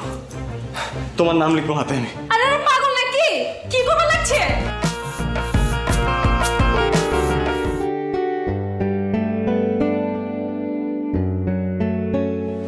লাইলি, তোমার সাথে একটু কথা ছিল। আপনার সাথে কোনো কথা বলবেন না। Hi Laily. Laily please 1 minute. আপনি বুঝতেছেন না কেন ভাইয়া? বলছি না ও কথা বলবে না। 2 দিন পর ওর বিয়ে, ওর মতো থাকতে দেন। লাইলি, আমার ভুল হয়েছে। আমি আমার ভুল বুঝতে পারছি। দেখো গত কয়েকদিন ধরে আমি কিচ্ছু করতে পারছি না, না পারতেছি ঘুমাইতে, না পারতেছি কিছু করতে।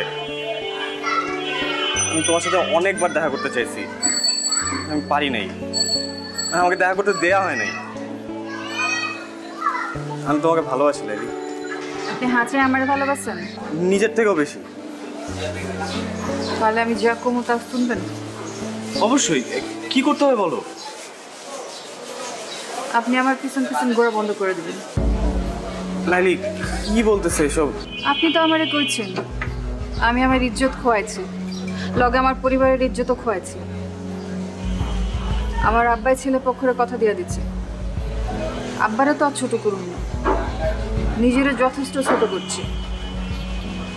আব্বার ইজ্জতে কোনো দাগ দেব না।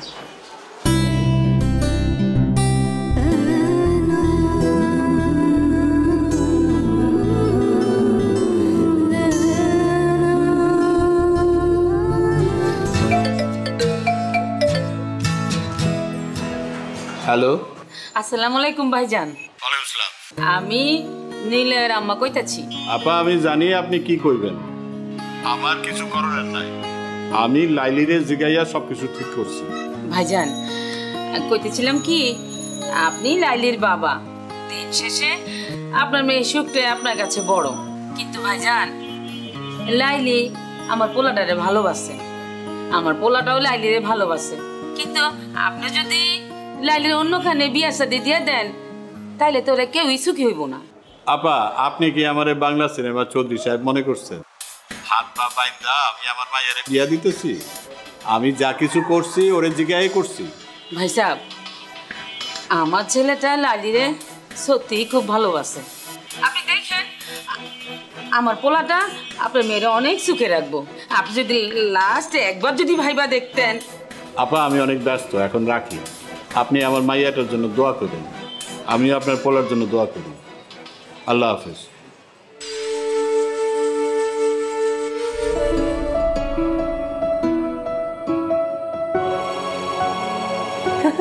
দেখ লাইলির আজ কি সুন্দর লাগতেছে। হ্যাঁ বহুত সুন্দর লাগতেছে। সাইটাগুলো মানাইছে। হ্যাঁ। আরে আপনি এখানে চলে কিভাবে? বাইগান বাইগান কইতাছি। লাইলি তোমার সাথে একটু কথা ছিল। আপনার সাথে আমার কোনো কথা নাই কা, আপনি এখান থেকে চলে যান। লাইলি তুমি না আমারে বলছিলে আমারে না পাইলে তুমি ব্রেক দিয়ে আমার নাম লিখা হাত কাটবা। আজকে তোমারে না পাইলে আমি হাত কাটবো, তোমার নাম লিখবো হাতে। আমি আরে পাগল নাকি? কি করবে লাগছে? এখানে কি আছে? মামা, আ মামা, মামা, মামা। এসব করার কাম নাই, আপনি এখান থেকে যান গা।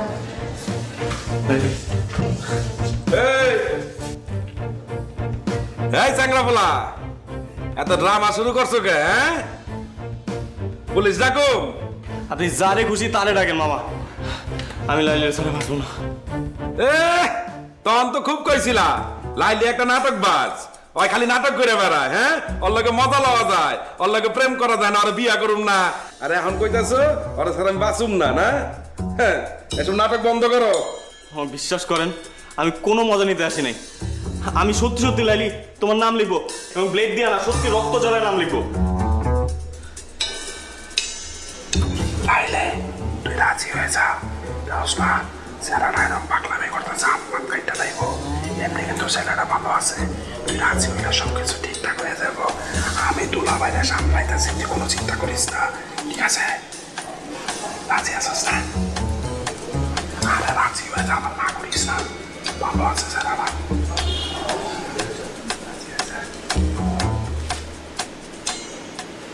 লাইলি আমি দিলাম কিন্তু, দিলাম কিন্তু। কি হয়েছে? এত গন্ডগোল কেন? দুলা ভাই, নাম হলো লাইলি, বুঝছেন? আরে পছন্দ করে, আরো হবে লেগে নিলয় এলাকার ছেলে, ও আমার ওরে পছন্দ করে। কি কইলি? দুইজন পছন্দ করে দুলা ভাই। দুলা ভাই আপনি যদি সম্মতি দিতেন তাহলে ওকে বিয়াটা করা দিতে পারতাম। চুপ কর, তুই কি চাস? ও বুঝছি। দুলা ভাই আপনি রাজি হয়ে যান, সমস্যা নাই। বুঝেন না কেন দুজন পছন্দ করে, বুঝছেন না? যদি ভাইয়াটা এগিয়ে যায় তাহলে তো আমার সমস্যা, মহল্লায় চেহারা দেওয়া মুখে এমনি।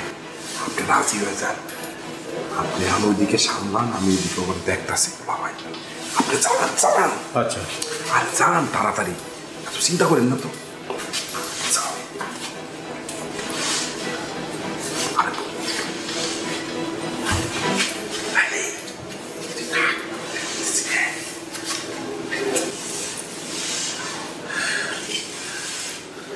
হ্যাঁ কও, নাহলে কিন্তু কাটুন। হ্যাঁ কও। সমস্যা কি তোমার? শেষ পর্যন্ত তুমি ঘুড়ি মাস্টার ব্লেড লাইলির কাছে ধরা পড়লা। হ্যাঁ, ঘুড়ি মাস্টার ব্লেড লাইলির কাছে হারিয়ে গেছে।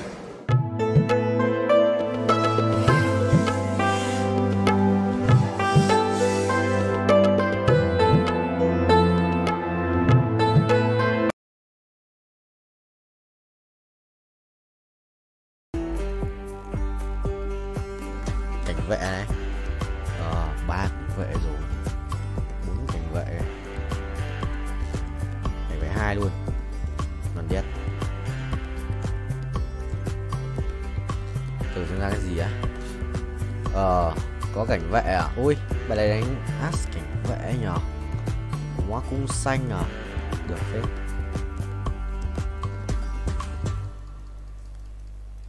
As cảnh vệ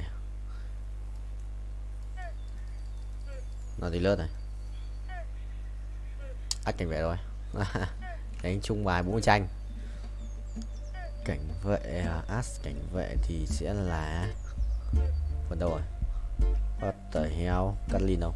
Đây. Đây. Thôi cái này sao mình nhớ mà, kệ đi. Cứ cho cảnh vệ vào đã.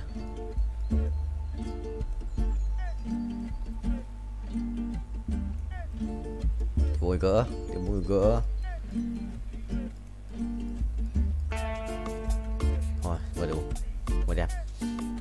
Cung xanh này, vô cực rồi. Cung xanh vô cực với cả cuồng đao. Dấu có cuồng đao, xít quá. Chắc là chim quá rồi, chắc thế. Làm 2 máu à? Trốn nhỉ? Sẽ một chút trốn đấy. Mình sẽ lái cái này trước. Ok, tốc độ cao đét. Ok, được rồi.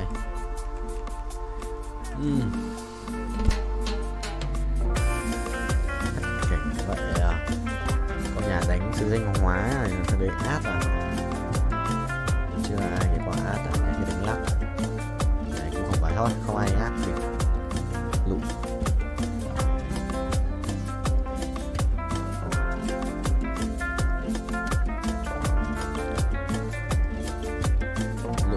San mà xin ra chơi.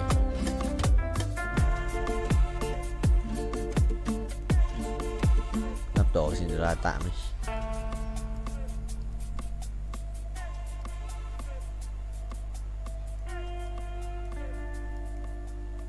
Xin la ra tỷ đấu sĩ này, mình mà đánh thì nhầm, trở thành đấu sĩ tiếp và ra 1 tỷ ấy.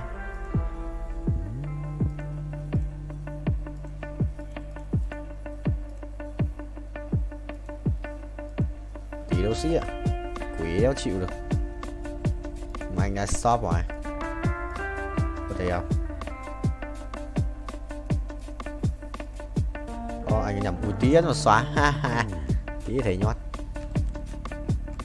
tí thầy nhót này mà bình tĩnh tự tin và tự tin. শুনেন, কালকের খেলায় আপনি হারবেন। বাবা, confidence দেখছো মে? যদি না হারছেন তাহলে কিন্তু বললাম এটা দিয়ে আমি আমার হাতে আপনার নাম লিখুন। মানে তো তখনই বুঝবেন যখন এটা দায় আপনার উপর পড়বো। ওই দিনকা তোরে হাত খরচের লেগা 5,000 টাকা দিয়েছিলাম। আবার টাকা কি গাছে ধরে? আব্বা জান, আপনি তো কত টাকাই কামান, 5,000 টাকা দিলে আপনার কি হয়? আমি আপনার একমাত্র আমার মাইয়া, তো আমার পিছনে খরচ করবেন না, কার পিছনে করবেন? আমার একটা কুর্তি পছন্দ হয়েছে, ওই কুর্তি আমি কিনতে চাই। কুর্তি মূর্তি লেহেঙ্গা ওড়না এসব দিয়ে তো ঘর বইরে গেছে, হাঁটুনের বি জায়গা নাই। মন চায় তোর এগুলা নাইজেরিয়া, বুলগেরিয়া আর উগান্ডায় পাঠাইয়া দিই। আচ্ছা, এত কিছু কিনার দরকার নাকি? কি করতেছেন আব্বা? একটা শখ করছি, শখের দাম লাখ টাকা। শখ যদি না মিটে তাহলে এই জীবন রেখা লাভ কি? আপনি যদি আমার টাকা না দিচ্ছেন তাহলে কিন্তু আমি কয়ে দিলাম ব্লেড দিয়ে হাত কেটে নাম লেখা ফেলাম। আচ্ছা, ব্লেড দিয়ে এই কুর্তির লেগে হাত কাটানোর দরকার নাই। আমি বাইরে যাওয়ার সময় তোরে টাকা দিয়ে যাবো। থ্যাংক ইউ আব্বা।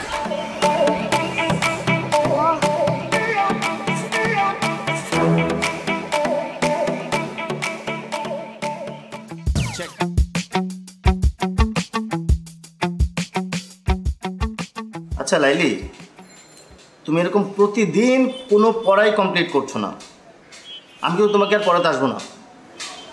আসেন না, আপনারা কেঠাই কইছো এতে, আমি কইছি শেষ পর্যন্ত তোমার বাবার কাছে আমাকে কমপ্লেন করতে হবে। আপনি আমার বাপের কাছে কমপ্লেন করবেন? পড়াশোনা করছো না, বাবার কাছে কমপ্লেন করবো না? অবশ্যই করবো। ঠিক আছে, আপনি যান, আপনি আমার বাপের কাছে কমপ্লেন করেন, এদিকে আমি ব্লেড দিয়ে হাত কেটে আপনার হাতের নাম লেখা রাখবো এখান দিয়ে। দেখো, এইবার না হয় আমি তোমার বাবার কাছে কমপ্লেন করবো না, কিন্তু তুমি যদি পরীক্ষায় ডাব্বা মারো তাহলে তো আবার আমি শেষ।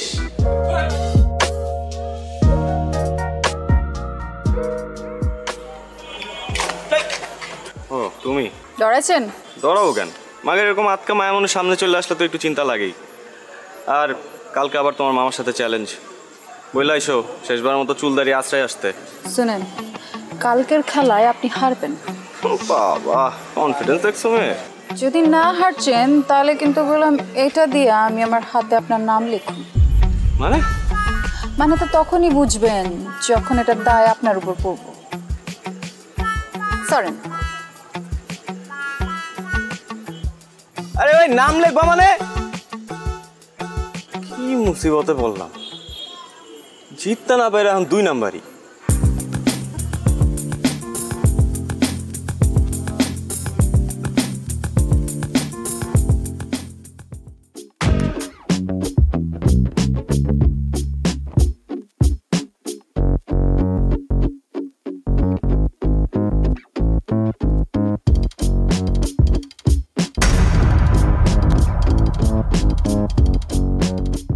কি সমস্যা?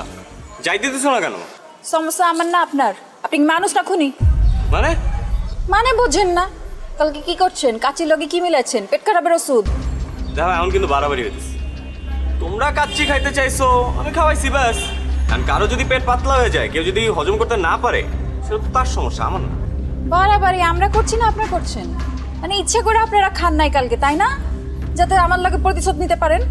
আর যদি নিতে চাই, সেটা কি দোষ? 3 বার ঘুরি চ্যাম্পিয়ন আমি, তোমার কারণে আমার হারতে হয়েছে। হারছেন তো কি হচ্ছে? মাঝে মাঝে কিছু জিতবার লাগা কিছু হারতে হয়। এই, তোমার কাছে হাইরা আমি কি জিতছি? হ্যাঁ, আমারই জিতছেন, আমার মন জিতছেন। এই দেখো, তুমি আমার আবার কোনো কিছু তো ফাঁসে দিচ্ছ, আমি বুঝছি। এইসব ফান্দে আমি পা দিতেছি না, প্লিজ। আমি আপনারে ফাঁসাই নাই, আপনি আমারে ফাঁসাইছেন। আমি তো আপনার প্রেমে পড়ে গেছি ফ্রি মাস্টার। আপনি আমার মারবেন, মারেন, কাটতেও ফালান, কিন্তু আমি আপনার ভালোবাসি, এটাই সায়েন্স। হ্যাঁ, এর জন্যই তো সায়েন্সে মারো ডাব্বা। যতই অপমান করেন, শাদি তো আপনার আমার লগেই হইব। তোমার মতো মেয়ের সাথে শাদি দূরে থাক, প্রেম পর্যন্ত করতে রাজি নাই আমি। আর এইসব ব্লেড ফেড দিয়ে কোনো কাজ হবে না, আমি ভয় পাই না আর। দেখো চন্দ্র, তুমি কি করো।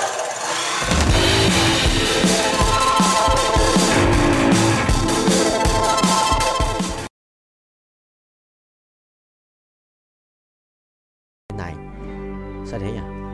Sao thế ít đổ bùm.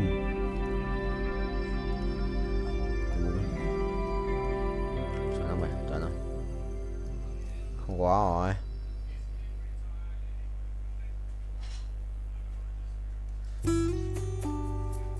Rồi, cút. Xong, cút. Meo meo meo meo meo meo meo. Cái gì đấy? Lò đắc bù bù làm mau vậy. Chuẩn không vậy. Thầy lái nha, thầy lái tốc độ cao xem con lái không. Từ từ, mày ấy á, xít được. So riot cut in high speed đấy.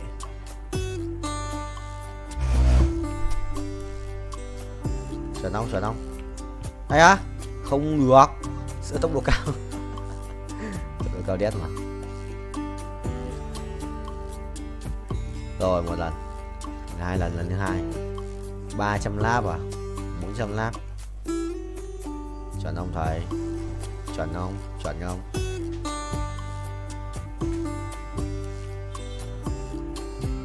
Chuẩn không? Ui, tốc độ cao thế. 378 lap, chứ 400. Mày à, bắt đầu thua. Thua, mày khỏe đấy. 2299 á. Mày đấu sĩ á.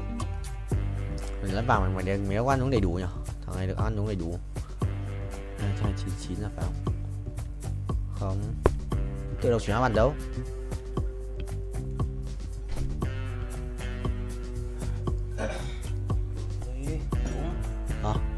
Đúng đi em. Đúng.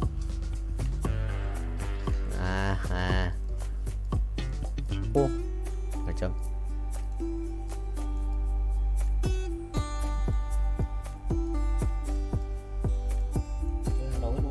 Này em thua rồi. Chuẩn bị ăn đi sang xuống dưới.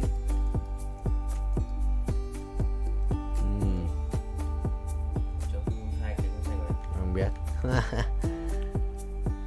Ok thầy ơi, mày sẽ ra ở cát. Lâu rồi, 15 phút. Well played bro. Mày lái luôn đấy, lái vua lái racing boy.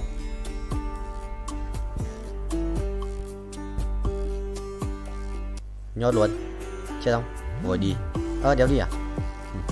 Vào, nó kèm rất siêu linh. Đéo có đủ mana để chết. Phải không? Cũng là khỏe rồi, ra. Đánh bài gì với cả Nautilus 2? মন্টুর বাসা ফাঁকা, খালি বাসা, খাওয়া দাওয়া নাই, তুমি আর আমি, শুধু তুমি আর আমি একা একা। কত বড় সাহস তোর, হ্যাঁ? তুই সাহস পাইলি কিভাবে আমার নিয়ে খালি বাসায় যাবি? বাসায় আমার কথা বলো, বিয়ের কথা বলো, সিরিয়াস হও। তুমি তো জানো আমার বাসার অবস্থা কি। এমন ভাই যেন পৃথিবীতে কারো ফ্যামিলি যেন না জন্মায়। মানে ওর জন্য আমি কিছুই হচ্ছে না। ও ফেল করে আর বিয়েটা হচ্ছে না, ফেল করতেছে আর হচ্ছে বিয়ে পিছাইতেছে। কিন্তু আমার লাইফটা কোথায় যাইতেছে সেটা তো কেউ চিন্তা করতেছে না। ও তো সেই ব্যাপারে কোনো টেনশনই নাই। আমি যে তোমাকে কত ভালোবাসি এটা কি ওকে আমি বলতে বুঝাইতে পারতেছি বলো? হ্যাঁ, আরে কি হয়েছে? না, আমি আর বসে থাকতে পারবো না। এতক্ষণ ধরে রিকশায় বসে থেকে আমার ব্যাক পেন করতেছে। কোথায় দেখি? দেখতে হবে না, আমি আর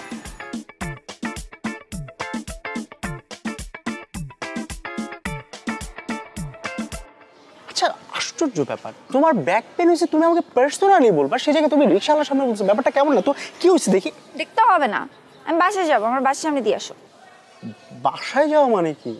আমরা বের হয়েছি কতক্ষণ বেবি? আমরা অল্প কতক্ষণ হয়েছে, মাত্র 2 ঘন্টা হয়েছে আমরা বের হয়েছি। আজকে আমরা সারাদিন ঘুরবো, খাওয়া দাওয়া করবো, তারপর হচ্ছে মন্টুদের বাসায় যাব, তারপরে আমরা যা হওয়ার তা করবো, মানে বাসায় যাবো আর কি। আবার মন্টুর বাসায় কেন? ওই যে আসলে হয়েছে কি, ওই যে মন্টুদের ম্যাচের মধ্যে আজকে বিরাট আয়োজনে খাওয়া দাওয়ার ব্যবস্থা করা হয়েছে, বুঝছো? আমাকে বললো যে হ্যাঁ তুই আসিস। এখন আমি তো একা যেতে পারি না, তুমি ছাড়া আমি কীভাবে যাবো বলো? তাই তো, খাওয়া দাওয়া করবো আর কি করবো? তারপর ধরো ওই যে মানে একটু বসলাম, আড্ডা দিলাম, গল্প করলাম, থাকে না এই আর কি। হ্যাঁ, খাওয়া দাওয়া করবো, আড্ডা দিব, বিশ্রাম নিব। বাট তুমি আমাকে কি বলছিলা জানো? কি? মন্টুরা ট্যুরে গেছে বান্দরবন। তোমারও যাওয়ার কথা ছিল, কিন্তু যেহেতু তুমি আমার সাথে দেখা করবা, আমাদের একটা ডেটের প্ল্যান হয়েছে, দ্যাটস তুমি যাইতে পারো নাই। এখন আমার মন্টুর বাসায় দাওয়াতটা বুঝলাম না, বলছিলাম না আসলে মানে আমি না ভুলে যাই সবকিছু, বুঝছো? মানে তুমি সামনে থাকার পর না আমি সবকিছু আউলাইয়া যাই, মনে থাকে না আর কি। হ্যাঁ, আর তুমিও পিছলাই যাও। হ্যাঁ, না না কিছু বলি নাই, কি বলবো। কিন্তু মানে ব্যাপারটা হচ্ছে কি, আমার না একটা জিনিস নিয়ে খুব মন খারাপ হচ্ছে। মানে স্ট্রবেরিটার কথা শুনে না খুব মন খারাপ হইতেছে। কি মানে? মানে স্ট্রবেরি, যে স্ট্রবেরি কি? চকলেট, মানে তোমার জন্য চকলেট বলতে ললিপপ, তোমার জন্য দুটো মানে স্ট্রবেরি ফ্লেভারের চকলেট আনছিলাম, তো ওগুলোর কথা না খুব মনে পড়ছিল। মানে থ্যাংক ইউ। ওয়েলকাম। শোনো, এসব ভাওতাবাজি বাদ দিয়ে কাজের কাজ করো। বাসায় আমার কথা বলো, বিয়ের কথা বলো, সিরিয়াস হও। তুমি তো জানো আমার বাসার অবস্থা কি। এমন ভাই যেন পৃথিবীতে কারো ফ্যামিলি যেন না জন্মায়। মানে ওর জন্য আমি কিছুই হচ্ছে না, ও ফেল করে আর বিয়েটা হচ্ছে না, ফেল করতেছে আর হচ্ছে বিয়ে পিছাইতেছে, কিন্তু আমার লাইফটা কোথায় যাইতেছে সেটা তো কেউ চিন্তা করতেছে না। ও তো সেই ব্যাপারে কোনো টেনশনই নাই। আমি যে তোমাকে কত ভালোবাসি এটা কি ওকে আমি বুঝাইতে পারতেছি বলো? হ্যাঁ, অনেক প্রবলেম না? খুব প্রবলেম। আমার কাছে একটা সলিউশন আছে। কি সলিউশন? চল আমরা পালাই বিয়ে করে ফেলি। দেখো তোমার বাসায় প্রবলেম আছে, আমার বাসায় অনেক প্রবলেম আছে, বাট আই এম সিরিয়াস। এসব বাসার প্রবলেম এত পাত্তা দিলে চলবে না। পালাই বিয়ে করে ফেলি। বেবি তোমাকে আমি এই কারণে এত লাভ করি, তোমার ইন্টেলেকচুয়াল হাইট এত বেশি যে কোন দিন জানি তোমার সাথে থাকতে থাকতে আমার হাইটটাও 6 গিয়ে পৌঁছে যাবে। 6 কি? ফিট, ইঞ্চ নাকি সেন্টিমিটার? না না, ফিটই তো, ফিট। ও মন্টু বাসায় নেই তাই না? না না, বাসায় নাই তো। তাহলে মন্টুর বাসায় আমরা যাবো কিভাবে? কারণ চাবি আছে তো আমার পকেটে। চাবি? হ্যাঁ। মন্টুর বাসা ফাঁকা, খালি বাসা, পুরা খালি, খাওয়া দাওয়া নাই, তুমি আর আমি, শুধু তুমি আর আমি, একা একা। কত বড় সাহস তোর! হ্যাঁ, তুই সাহস পাইলি কিভাবে আমার নিয়ে খালি বাসায় যাবি? তুই কি মনে করছস আমাকে বলবি যে চলো আমরা খালি বাসায় যাই, তোর সাথে আমি ফুরফুর করে চলে যাব? ঠিক আছে, না গেলে তো আর কিছু করার নাই। পিছলাইতেছ না? আসলে তুমি না আমাকে নিয়ে সিরিয়াস কিনা আমি সেটাই বুঝি না। আমি বাসায় একা একাই যাচ্ছি, আর তোরে ললিপপ তুই খা খা খা। Baby, baby lollipop.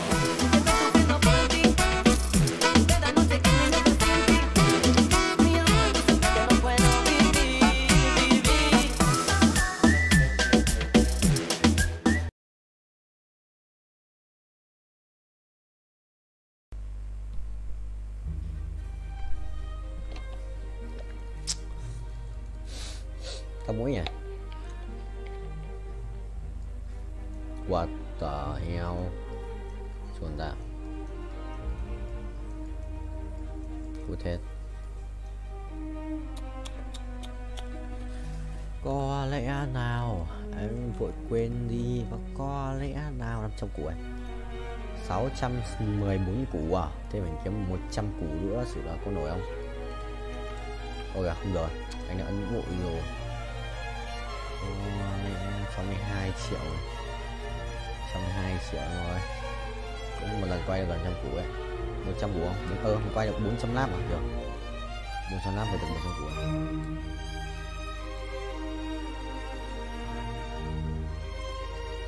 Nước mình bù nào. Vương miện định mệnh. Rồi xong, biết đánh bài gì rồi? Đánh bài gì rồi, biết đánh bài gì rồi? Tôi nhặt bài đó.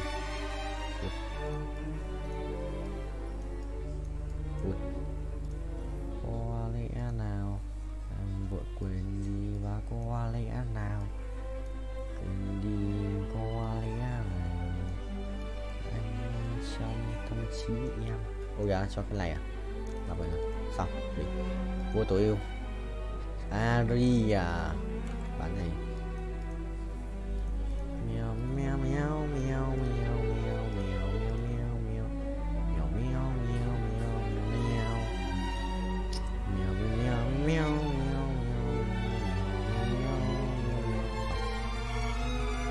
này mà phải đét xong. Đẹp 598 củ chưa đủ, chưa phải là tất cả. Mấy thằng ấy ra quát lipet ở cái map 2 này sự có đéo gì trốn. Cái pet này yếu như lợn.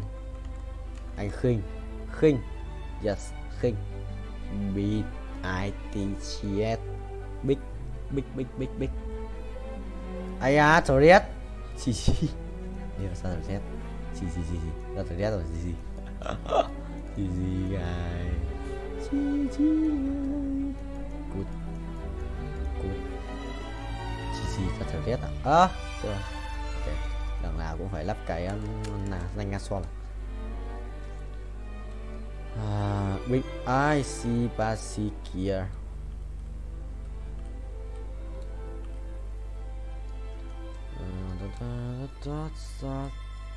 Ủa, Sơn bố Hiếu béo Đang playing Space War. Cái gì vậy? Ui dồi, nháy phát 2 lần. Chuẩn được không? Chuẩn không vậy chóm? Chuẩn đét cho thôi. Chuẩn và đét. Dress change করতেছিস? Change করিস না, চল একটা TikTok বানাই। TikTok? হ্যাঁ TikTok, চল।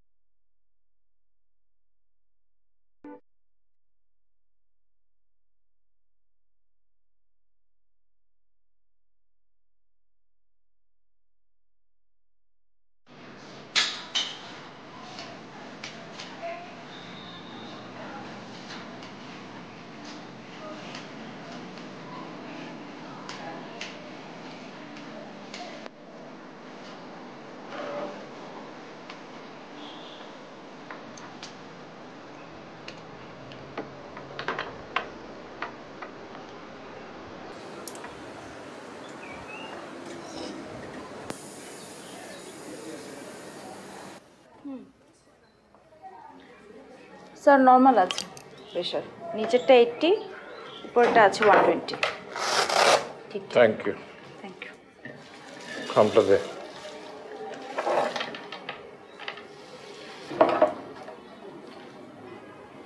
Sir এটা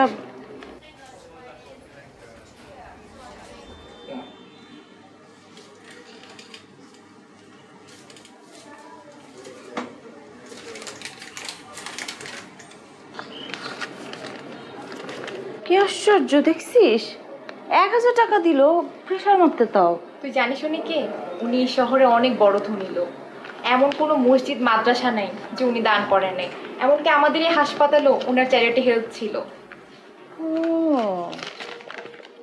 ভালো লোক।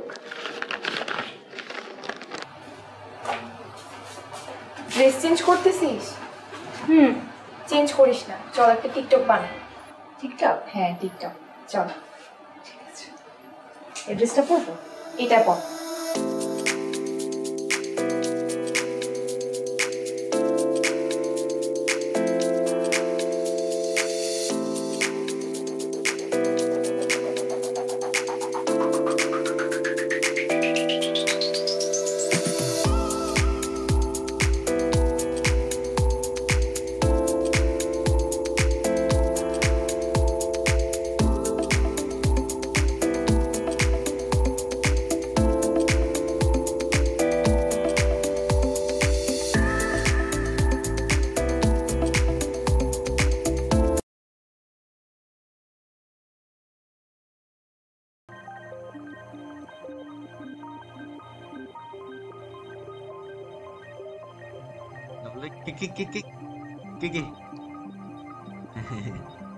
Cái chắc chắn mấy ngày toàn ở đâu ấy. Ui Hiếu béo làm chắc giải điếc rồi. Sao?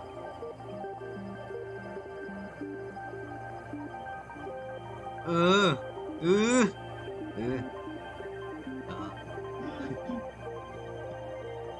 Phải chưa? Thằng nào không uy tín.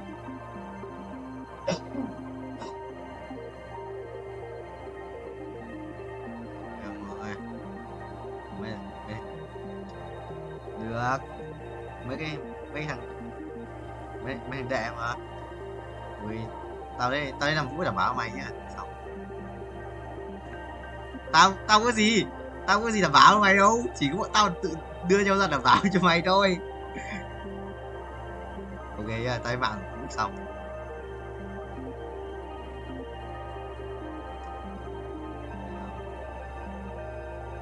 Thấy không?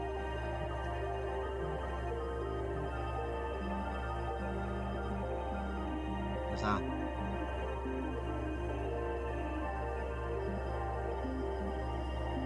What the hell?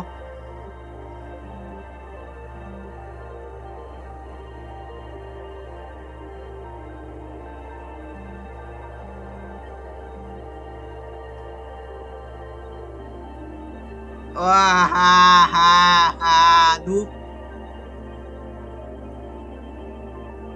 Nói chuyện đi, nói chuyện. Chịu ơi, broccoli ơi, chịu thôi. Yes. Thôi thế kệ nó chuyện không nói đi. Thế thôi kệ nó chuyện không nói đi. Xong. Kệ nó chuyện không nói đi xong. Thằng nào cũng thế rồi.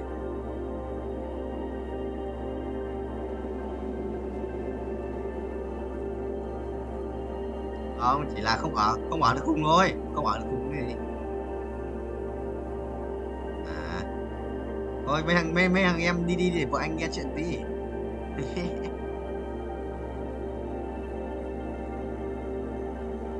Làm cái gì à, căng ấy nhờ.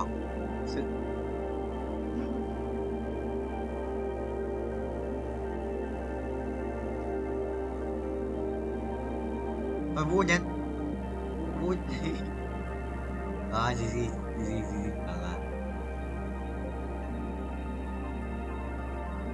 căng à.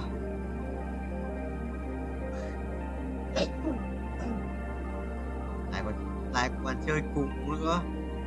Chịu em ơi. Vic code liên tục. Chắc à. Đánh mình ba người.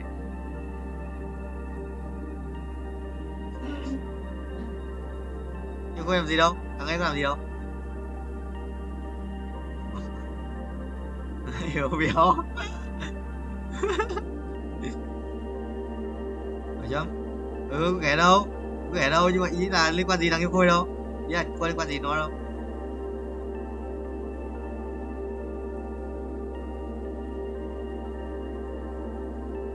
Sao đâu Hiếu ơi, không sao đâu. Anh có C không phải vấn đề. Anh có F mà Hiếu. À.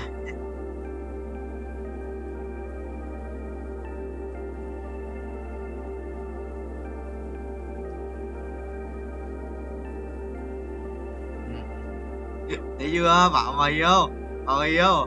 C là ngon rồi, còn anh cái gì nữa. Cái môn đấy đầy đằng trượt.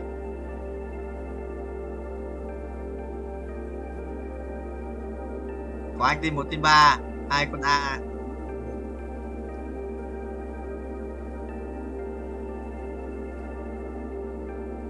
Quẻ đấy. Đây, một độc lùi rồi, còn làm cái kia là kiếm lốc. Có sâu zin nào? Rồi, thiếu một cái sâu zin này.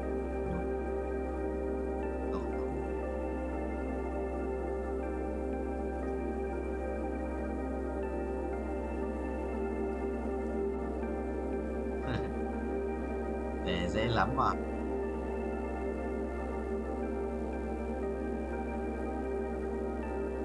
Đó. Gì. Đúng rồi, cái sáng chú đăng bài đi Hiếu. Toàn 8 cộng, xong rồi chú cứ bảo là thấp thế. Thế không có thằng đăng bài nữa nói.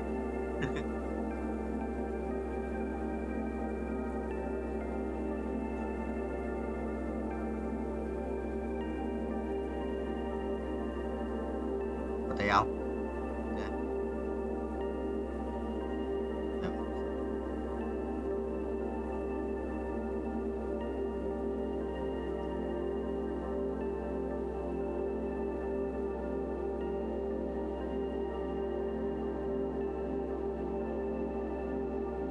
À rồi, đã ngược lại rồi.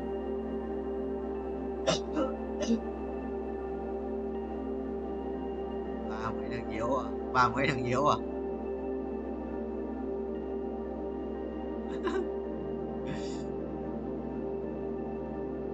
Ai à, đấy một lúc lui.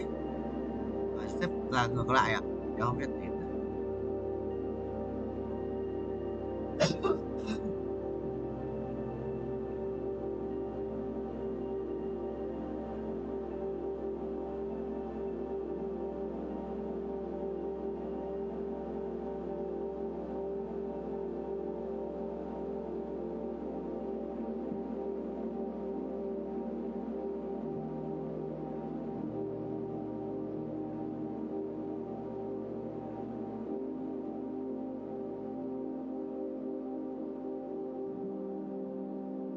Để con. Ôi à. Ơ. Ơ.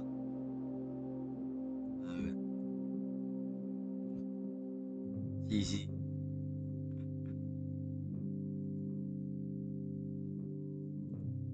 À, mà vô. À.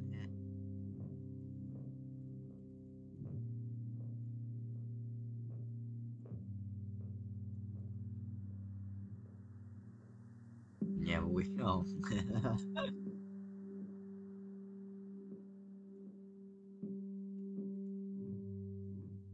Lớp cửa thấy tanh rồi.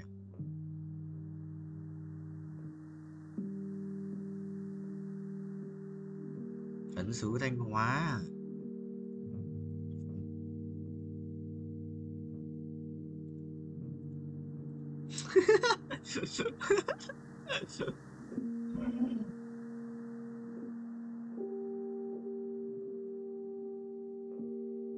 Đứng im.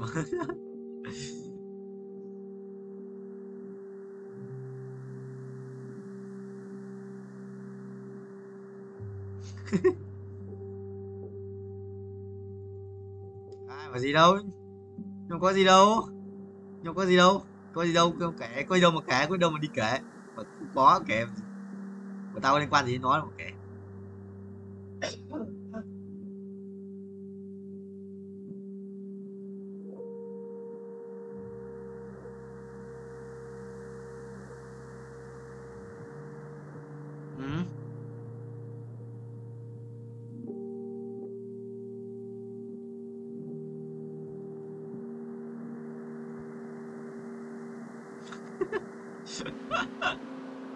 Quý lắm chịu được.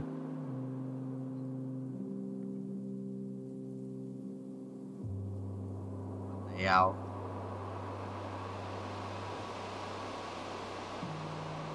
Mày dám cơn ngủ à? Quý à? Tôi là dí cu đít sao? Giống nhau chịu được.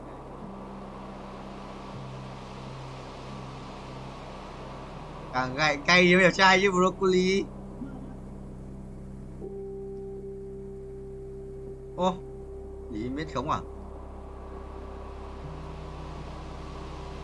Điều.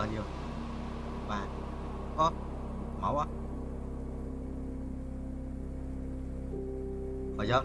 Ban gì 97 à? Tôi bố mày à? Cái gì đây? Tao có nghe nhầm không?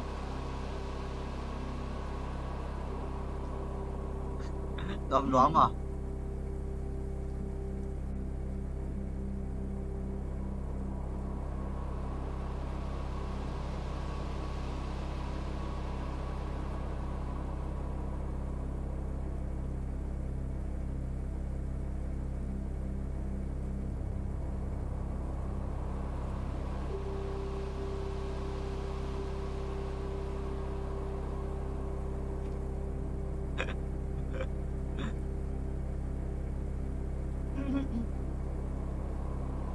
Anh phải là em lớp 12 mà Quang. Phải là em lớp 2 mà. Hoành ơi.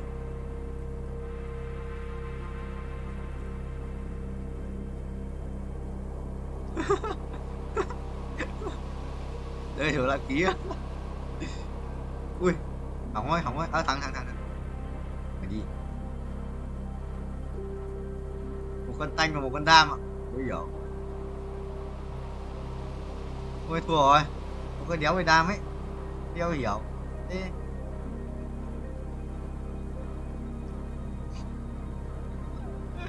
chết mẹ đi à. Nó 2 nó bằng tuổi của anh Quang.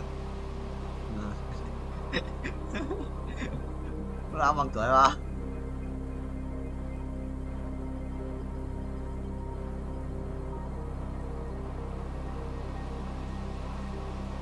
À, 3 giờ 43, 6 giờ mới học. À thằng Cương vừa xin gạo hả? Vừa xin gạo phòng nào? Ơi cái gạo mà cho tao nấu ấy. Lâu cô nhiều à. Mai anh mang sang nhé. Cảm ơn. Mai anh mang cả đồ ăn của anh sang.